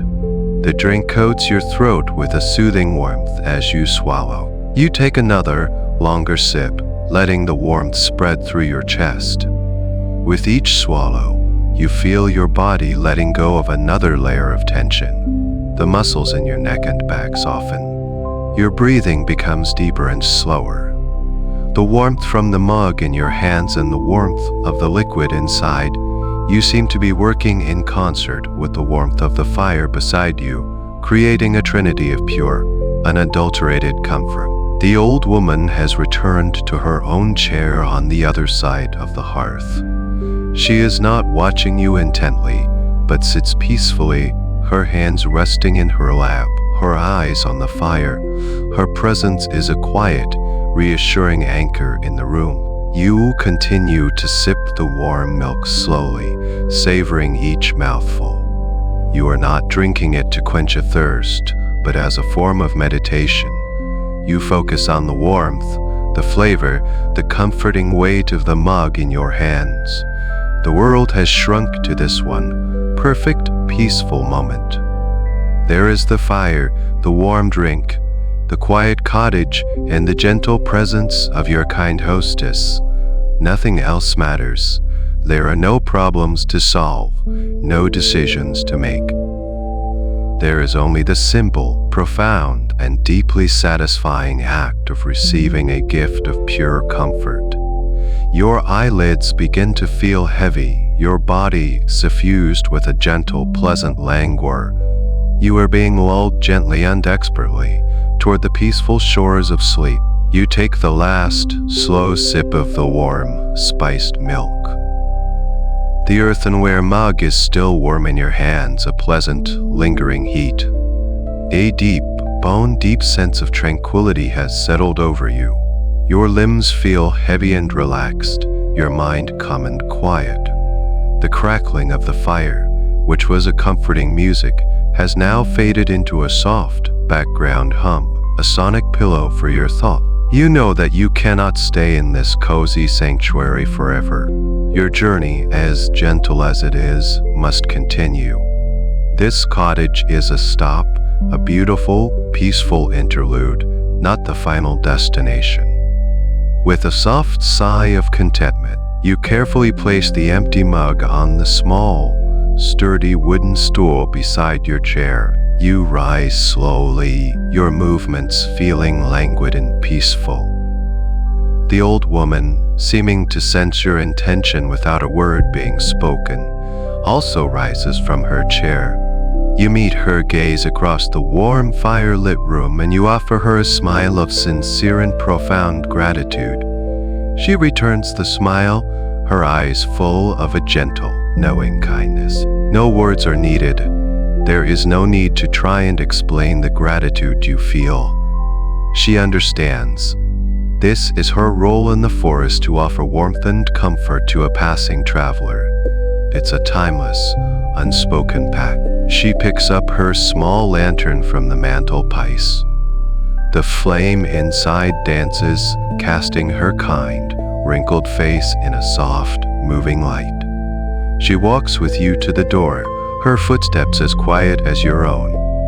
As she pulls the heavy wooden door open, the cool, fresh air of the forest night sweeps gently into the warm cottage. It is a beautiful contrast. You stand on the threshold for a moment, one foot in the warm, golden, firelit world of the cottage, and one foot in the cool, silver, moonlit world of the forest. You take a deep breath of the night air. It is crisp and clean, and it feels wonderfully refreshing after the warmth of the room. It is filled with the familiar, earthy sense of pine and damp moss, but now woven into it is the sweet, lingering aroma of gingerbread and spice that clings to your clothes and your memory. You step fully out of the cottage, back into the clearing. The night seems quieter now, the stars brighter. The moon casts your long, soft shadow on the mossy ground before you. You turn back to the old woman who stands in the doorway, holding her lantern aloft like a small personal beacon. You give her one last, grateful nod. She nods in return, a silent blessing for your onward journey. Then, with the same smooth, quiet motion as before, she closes the door. The rectangle of golden light vanishes, and the cottage once again becomes a dark, solid shape in the moonlight, with only the two small, glowing windows and the thin curl of smoke to betray the life within. You feel a profound sense of peace. You have not just been given a warm drink, you have been given a gift of pure, uncomplicated kindness. It's a reminder that there is a deep, quiet goodness in the world, often found in the most unexpected places. This thought, this feeling is a warmth that you will carry with you. A warmth that is deeper and more lasting than even the fire or the spiced milk. You turn away from the cottage and look back. That leads away from the other side of the clearing. It beckons you onward, into the next chapter of your quiet adventure. You do not feel sad to be leaving. You feel enriched, renewed. The brief stop has fortified your spirit, carrying the warmth of the cottage in your heart and the sweet scent of spices in the air around you. You take your first step back onto the path, leaving the fairy tale clearing behind you and venturing once more into the beautiful, silent mystery of the woods. You walk away from the clearing of the small cottage, your body suffused with a gentle warmth and a deep sense of peace. The path ahead plunges back into the deeper shadows of the woods, but the darkness no longer feels mysterious or vast. It feels familiar, comfortable, like an old friend. The memory of the golden, fire-lit room is a lantern you carry within you. Your senses, sharpened by the quiet and the darkness, are now keenly aware of the subtle details of the forest. As you walk, a new fragrance catches your attention. It's not the earthy scent of the forest floor, nor the sweet memory of the cottage. This is a floral scent, but it's unlike any you've smelled before. It is not the bright, sunny perfume of a rose or a lily. It is a deep, complex, and intoxicating sweet fragrance that seems to belong entirely to the night. It is the scent of a night blooming flower. You slow your pace, trying to locate the source of this enchanting aroma. You scan the dark undergrowth along the sides of the path. The moonlight is faint here, filtering down in thin, silvery shafts through the dense canopy. And then you see it, growing from a low, unassuming vine that scrambles over a fallen log is a cluster of large, white, ethereal-looking flowers. You step off the path to get a closer look. The flowers are magnificent. They are shaped like large, white trumpets, their petals unfurled in the darkness, seemingly glowing with their own faint, internal luminescence. They seem to capture and amplify whatever little light there is, standing out starkly against the dark green of their leaves and the deep shadows of the forest floor. You lean closer, being careful not to touch them, and inhale their fragrance directly. It is powerful, but not overwhelming. It is a heady, sweet perfume with notes of something like jasmine or gardenia, but with a deeper, musky or undertone that makes it uniquely nocturnal. It is a scent that is both beautiful and slightly wild. You think about the quiet, fascinating science of this plant. Many flowers that bloom at night are white or pale, the better to be seen by nocturnal pollinators in the low light, and their fragrance is at its most powerful after dark, a fragrant beacon to attract the moths and other night-flying insects that are their partners in the dance of pollination. This flower's entire existence is oriented around the darkness. It saves its beauty, its perfume, for the quiet, lonely hours of the night. This fleetingness makes the experience all the more precious. This specific fragrance, this moment of peak bloom, might only last for a few hours. By the time the sun rises, the flowers will have wilted, their scent faded, their purpose for the night fulfilled. You have been lucky enough to be in the right place at the right time to witness this small, secret, and beautiful event. This flower is a perfect metaphor for the journey you are on. The most beautiful and profound experiences are often not the loud, spectacular ones that happen in the bright light of day. They are the quiet, subtle, and transient moments of beauty that are revealed only when you slow down, when you are patient, and when you are willing to walk in the dark. The Brothers Grimm's tales often contain this kind of subtle magic. Not just the grand enchantments of castles and curses, but the smaller, more personal moments of wonder. A single, perfect flower that holds a secret, a bird that speaks in riddles, a stream that whispers advice. These are things that can only be noticed by a traveler who is paying attention, someone whose senses are open to the quiet magic of the world around them. You stand there for a few more moments, simply appreciating the flower, its stark white beauty against the darkness, its intoxicating, transient perfume. It is a moment of pure sensory delight, requiring nothing from you but your quiet attention. It asks for no interpretation, offers no grand lesson. It is simply beautiful, and that is enough.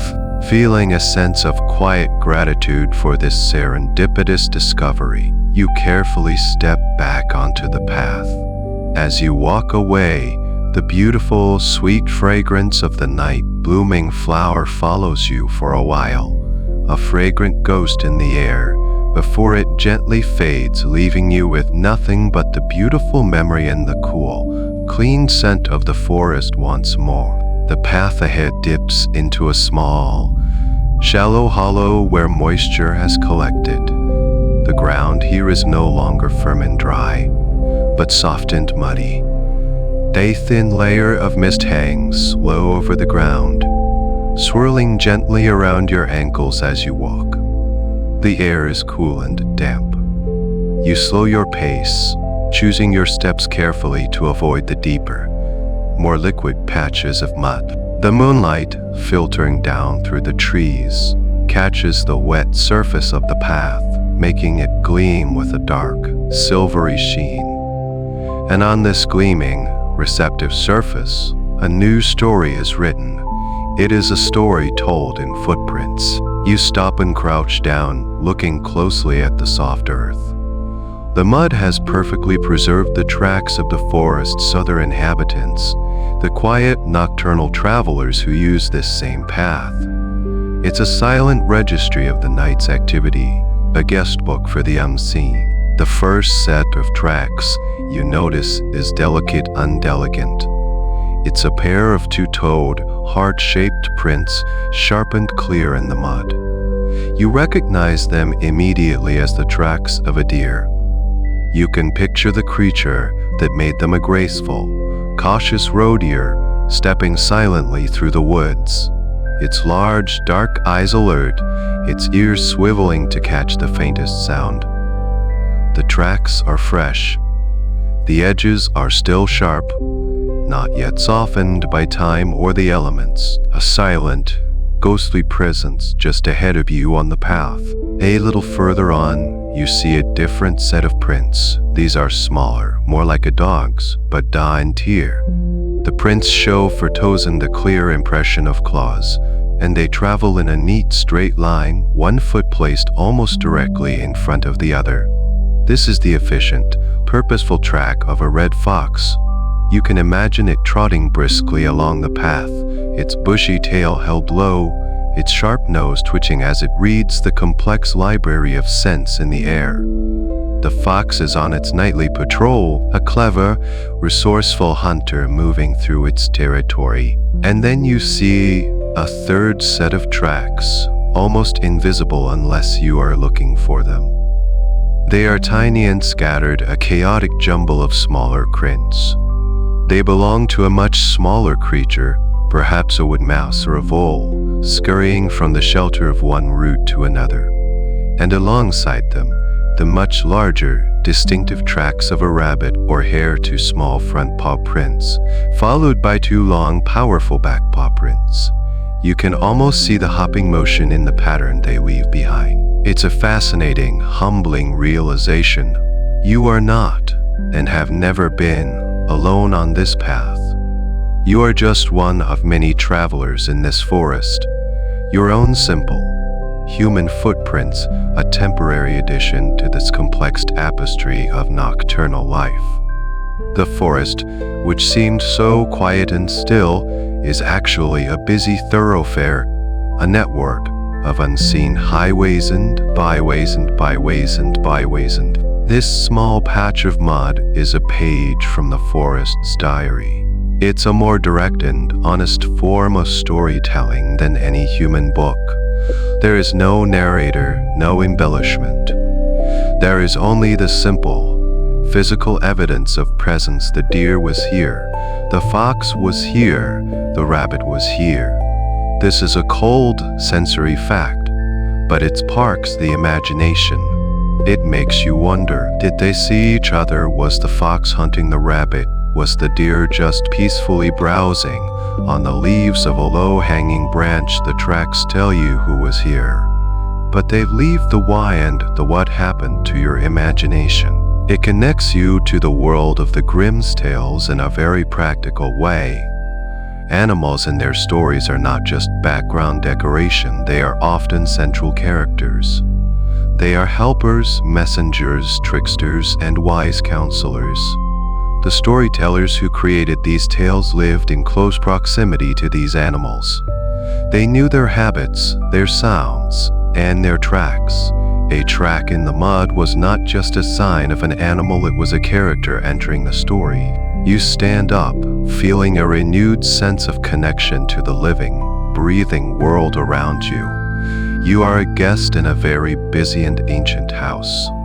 With a newfound respect for the path and its many other users, you continue your journey, walking carefully around the muddy patches, leaving your own temporary mark alongside the heart shape of the deer and the neat trot of the fox, a silent participant in the rich, unseen story of the forest night. Your journey continues, each step taking you deeper into the heart of the woods and, it seems, deeper into your own quiet thoughts.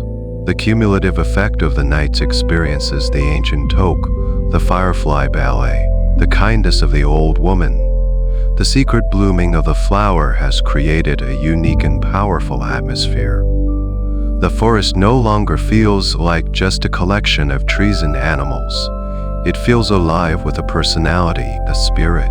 As you walk, your mind, now calm and receptive, begins to populate the landscape with figures from the old stories. Not the frightening ones, not the witches or the wolves, but the gentler, more benevolent spirits of the woods.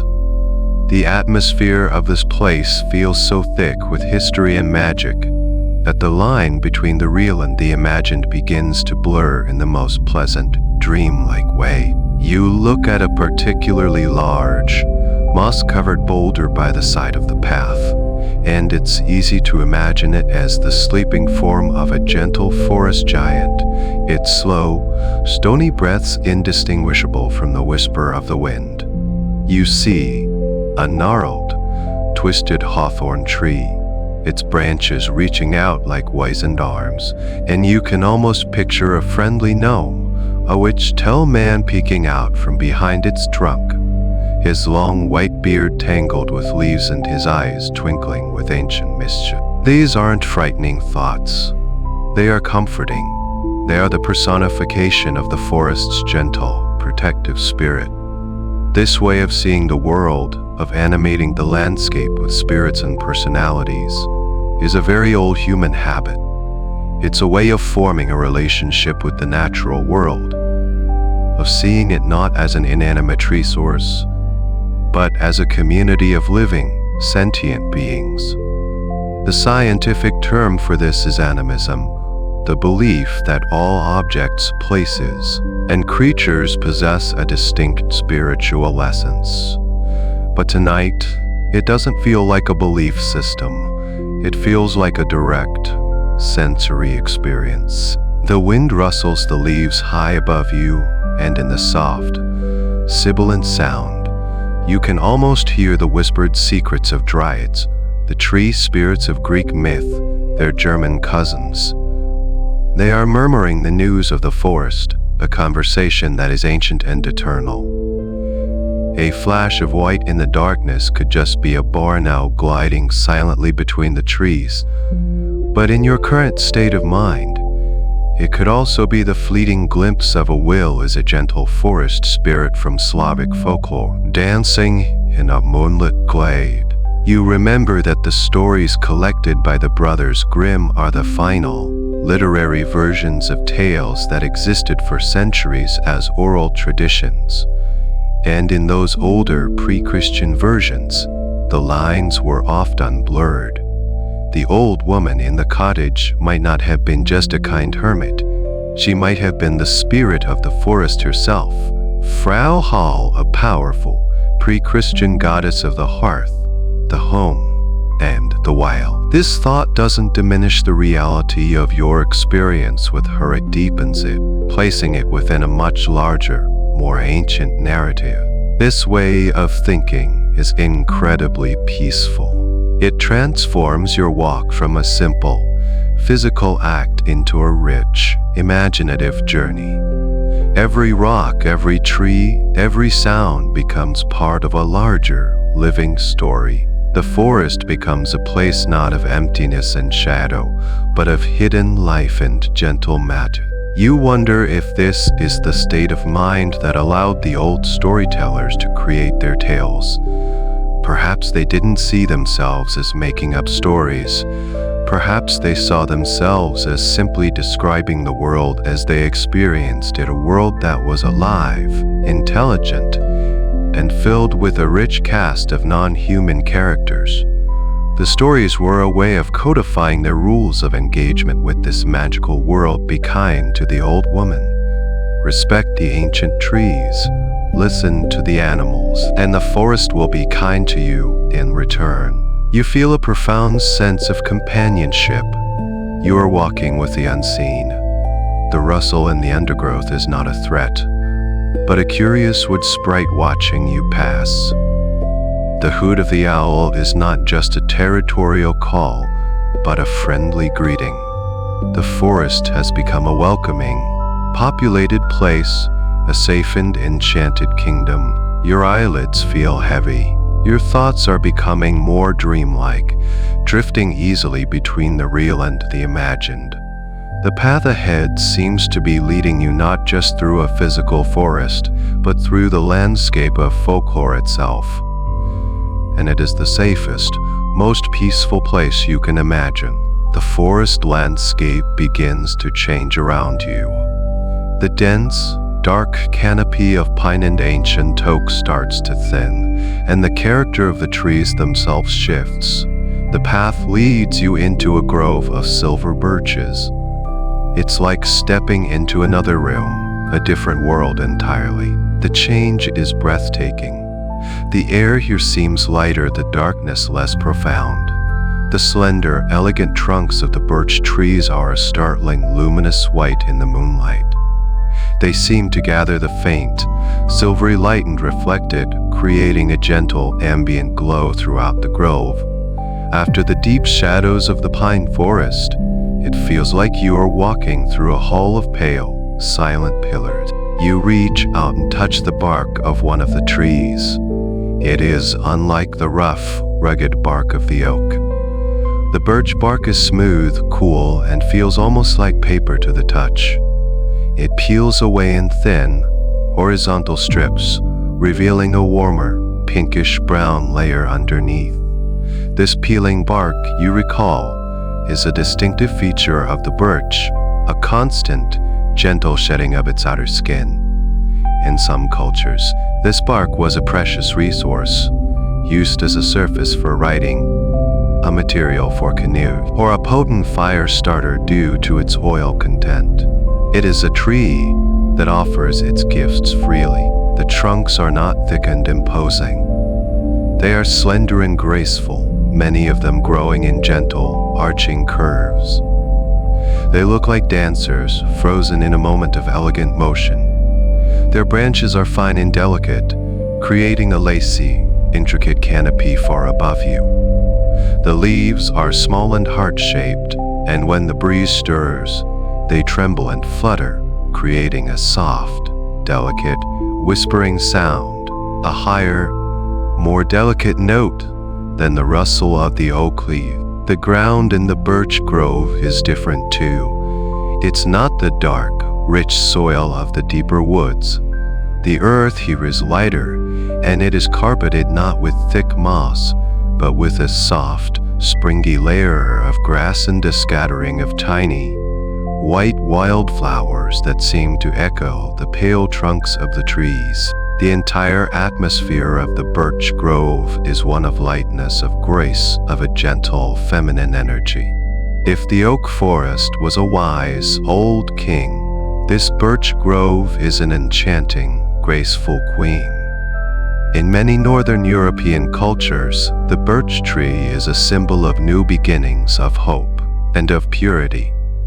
It is often one of the first trees to grow back in a clearing or after a fire, a pioneer tree that prepares the way for others.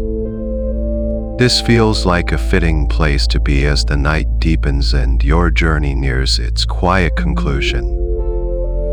It feels like a place of purification, of letting go. The lightness of the grove seems to lift a weight from your shoulders. Your thoughts, already softened and slowed, become even more serene. You wander off the path for a moment, walking between the pale trunks. The space between the trees is open and clear, and you can see deep into the grove. The repetition of the white vertical trunks against the darkness is hypnotic and deeply calming. It's a simple, elegant, natural pattern that soothes the eye and the mind. It's like standing inside a living, breathing work of art. You find a place where a fallen birch log, its white bark already beginning to be colonized by a delicate, lacy fungus, creates a natural bench. Use it for a moment, simply to be in this beautiful, peaceful place. You are not thinking, not analyzing. You are just absorbing. You are absorbing the soft, silvery light, the cool, smooth feel of the bark, the gentle, whispering sound of the leaves, the clean, fresh scent of the air. This grove is a sanctuary within a sanctuary, a place of profound and simple beauty. It feels like a place where the veil between worlds is thin, where it would not be surprising to see a unicorn step silently from behind a tree. It is the perfect embodiment of the gentle, magical, and deeply peaceful spirit of your nighttime walk. You feel your eyelids growing heavier, the pull towards sleep becoming a gentle, irresistible tide. This beautiful, silver-lit grove is the perfect place to let that tide carry you away.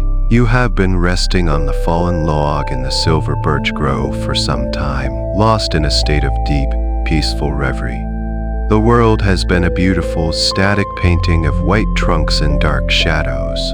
But now you become aware of a subtle, almost imperceptible change. Something is different. You lift your head slowly, your movements thick with the pleasant heaviness of approaching sleep. You look up through the delicate, lacy canopy of the birch leaves, and you see it.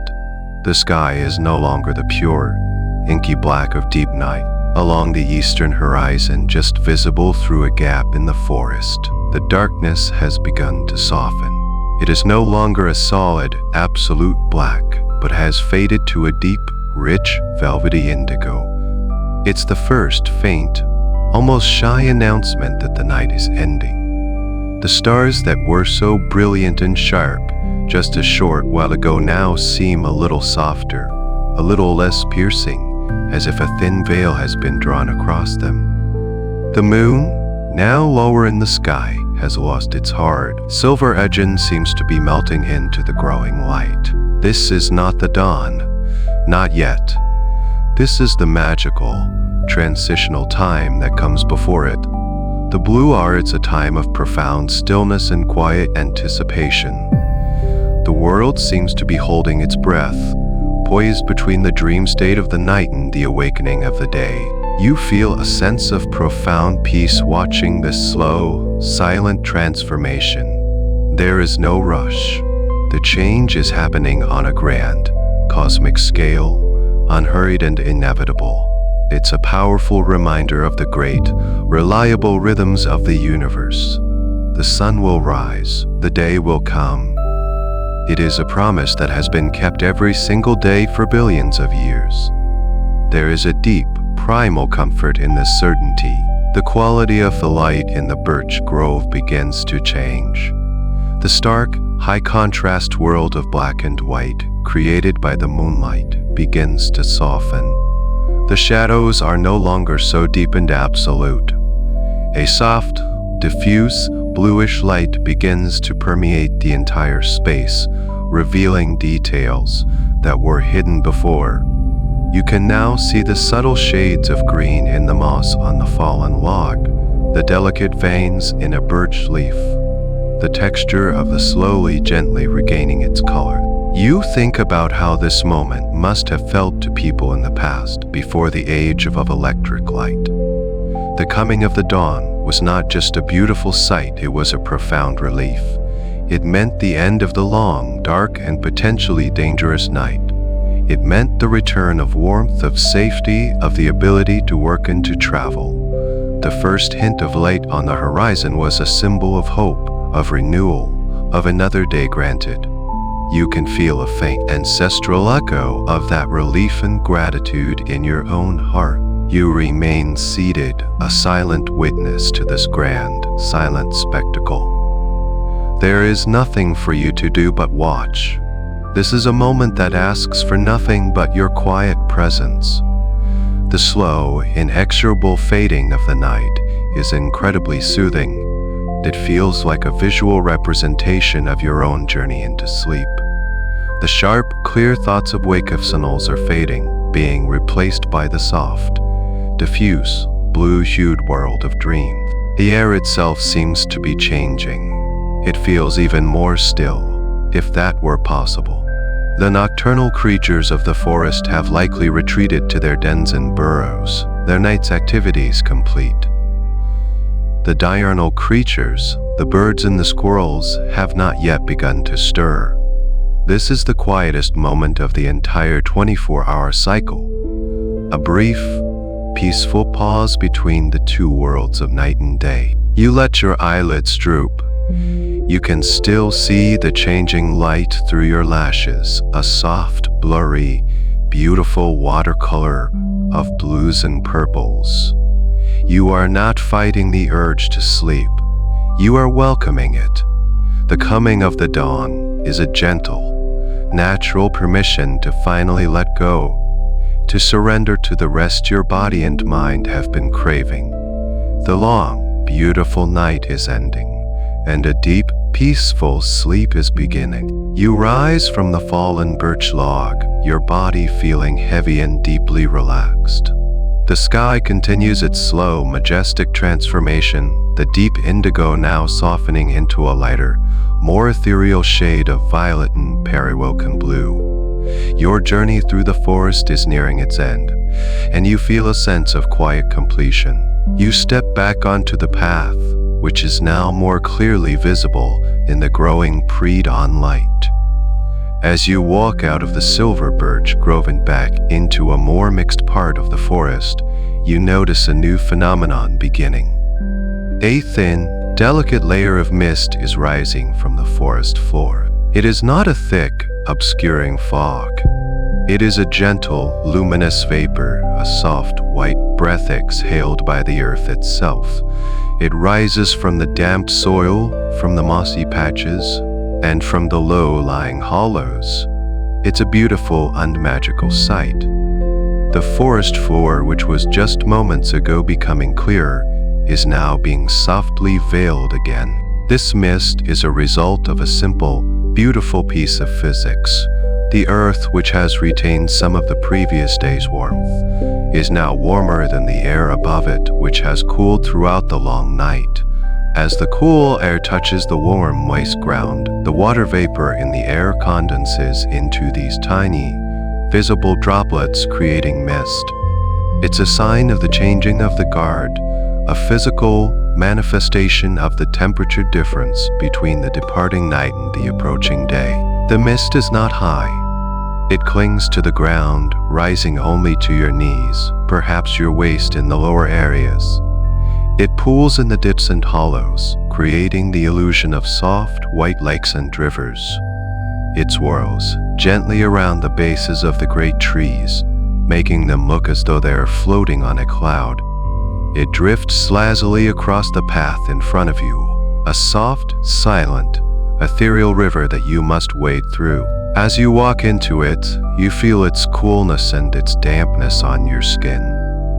It is not an unpleasant sensation. It is refreshing clean. It feels like you are being gently cleansed, washed clean of the last vestiges of the waking world. The mist transforms the forest into an entirely new landscape. It simplifies the world, erasing the details of the forest floor and leaving only the strong vertical shapes of the tree trunks. It creates a soft, dreamlike, and intensely peaceful atmosphere. The world feels hushed, muffled, as if a soft blanket has been laid over everything. It is a world of soft edges and blurred lines. The path ahead disappears into the white haze after only a few feet, giving you no choice but to be fully present in your immediate surroundings. You cannot worry about the path ahead because you cannot see it. You can only focus on the next soft step. This sight sparks a memory of another common motif in the Grimm's tales. Mists and fogs are often used to signify a transition into a magical realm. A character will wander into a sudden mist, and when it clears, they will find themselves in an enchanted castle or a sleeping kingdom, oral and where time moves differently. The mist is a threshold, a curtain between the ordinary and the extraordinary. It feels exactly like that now. You are walking through a gateway, leaving the world of the story behind and preparing to enter the world of sleep. You stop for a moment and watch the mist swirl around you. It is in constant, slow, silent motion. It thins in one place, revealing a patch of dark, wet earth, and thickens in another, obscuring a familiar root or stone. It is a living, breathing thing, the very soul of the forest made visible in the half-light. The beauty of it is profound and deeply calming. It simplifies the world down to its most essential forms, its most peaceful state. And you see it join the mist, a small, fleeting cloud of your own life breath merging with the breath of the forest. You are walking through the soft, swirling morning mist, your body heavy, your mind drifting in a peaceful, pre-sleep state. The world is a gentle, muted landscape of soft grays, blues, and the dark, quiet shapes of the trees. The profound silence of the pre-dawn hour still holds the forest in its gentle grip. The air is still, the mist is quiet, your footsteps are quiet, and then a sound. It is a single, perfect, crystalline note. It is not the deep, questioning hoot of the owl, the voice of the night. This is a new voice, the voice of the coming day. It is the clear, liquid, and incredibly pure song of a bird. A European robin, perhaps, or a song thrush, one of the first choristers to awaken. The sound cuts through the misty silence, not with a jarring loudness, but with a beautiful, piercing clarity. It is a sound so full of life, so full of unbridled, uncomplicated joy, that it seems to make the very air vibrate. See higher, Ichirua. You stop walking, instinctively holding your breath to hear it better.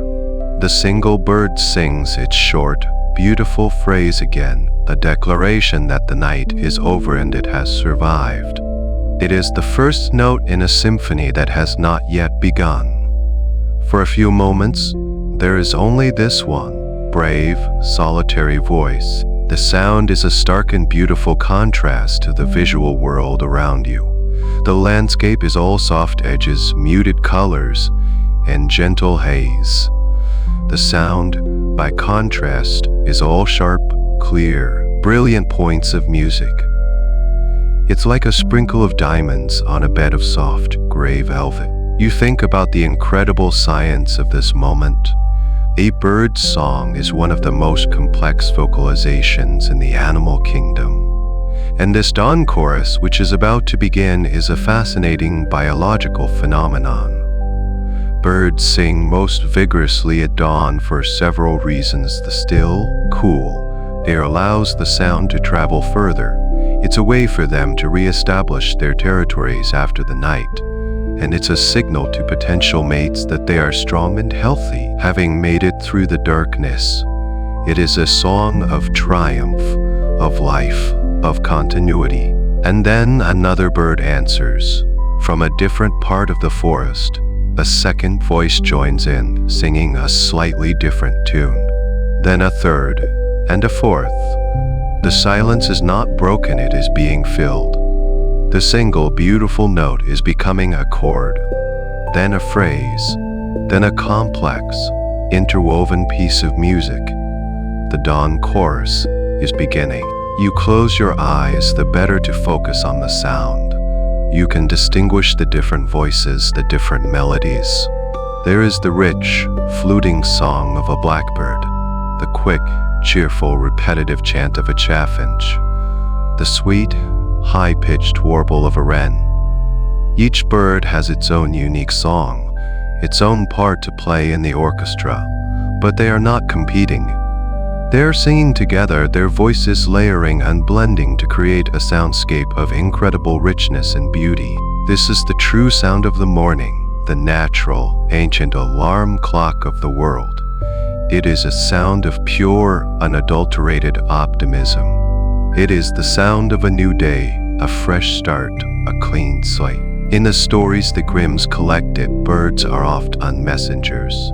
They bring warnings, they deliver crucial information, they guide the hero or heroine. In Cinderella, birds help her sort the lentils from the ash.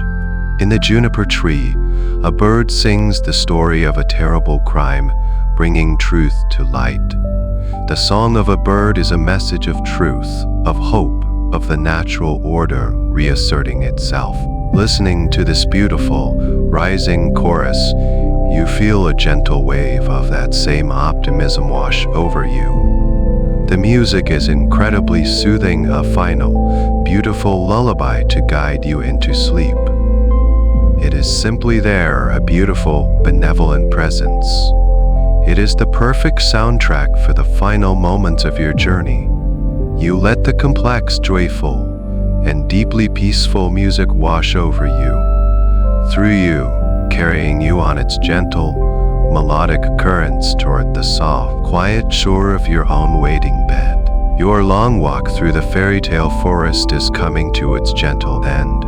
The beautiful, rising symphony of the dawn chorus fills the air, a joyful, multi-layered blanket of sound. The morning mist is beginning to thin as the air warms, revealing more of the forest in the soft, new light. The path ahead leads you to one last, special place. It is a small, hidden clearing, a secret room in the heart of the woods.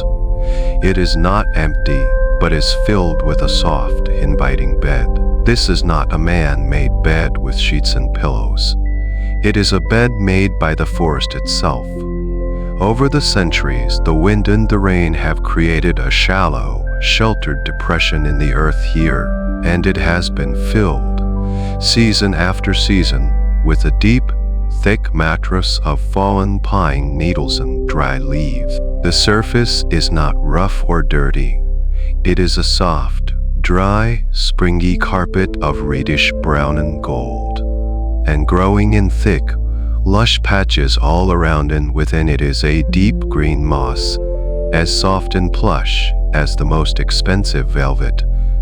This is the place where the deer sleep, where the fox curls up to wait for the dusk. It is a place of natural, profound comfort and safety. This clearing is the final destination of your journey. It is the end of the path. You feel an irresistible pull towards this soft, natural bed. Your limbs are heavy with a pleasant, deep weariness. Your mind is quiet, filled only with the beautiful sounds of the birds and the soft images of the forest. You walk to the edge of this mossy hollow. The scent rising from it is wonderful, the dry, warm, a slightly spicy scent of pine needles mixed with the cool, earthy smell of the moss. It is the concentrated perfume of the forest's comfort. With a soft, contented sigh, you allow yourself to sink down into this natural bed. It is more comfortable than you could have ever imagined. The pine needles and leaves cushion your body perfectly, molding to your shape. The moss is cool and incredibly soft against your skin. You are being held, cradled by the forest itself. You lie back, your head resting on a particularly thick pillow of soft green moss. Through the canopy of the trees above, you can now see the sky, which has turned a soft pale blue. The first gentle rays of the rising sun are beginning to pierce through the leaves, de-appling the forest floor with small, moving patches of pale gold light. One of these gentle, warm spots of light falls on your face, a soft, warm caress, a final good morning, and a final good night. Your journey is complete. You have walked the path of the storytellers. You have seen the magic of the night. You have found warmth in the darkness, and you have been welcomed by the dawn. Every sight, every sound, Every scent has been a step on a path leading you to this one perfect moment of rest. There is nothing left to do. There is nowhere else to be. You have reached the place where the story ends and the dream begins.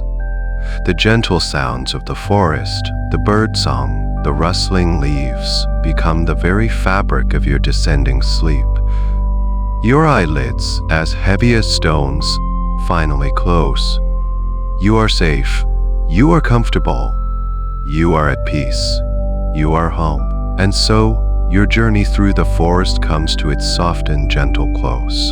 The path has led you here, to this place of perfect rest. Your own bed, now, feels as soft and as welcoming as that bed of moss and pine needles. The pillow beneath your head is a cool, soft patch of forest moss.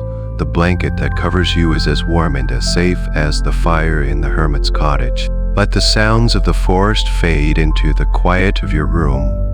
The beautiful, clear song of the birds becomes the gentle hum of a fan, or the distant, muffled sounds of the world outside. The whisper of the wind in the leaves is now just your own soft, steady breathing in. Your eyelids are so very heavy now. A pleasant, deep, and comfortable weight. There is no need to hold them open any longer. Let them close.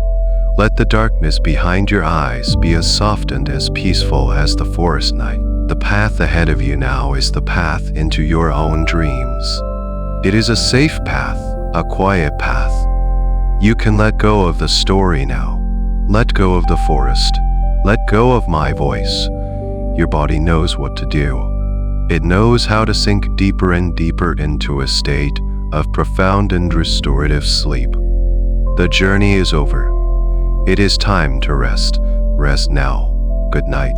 The end of the article. Good night.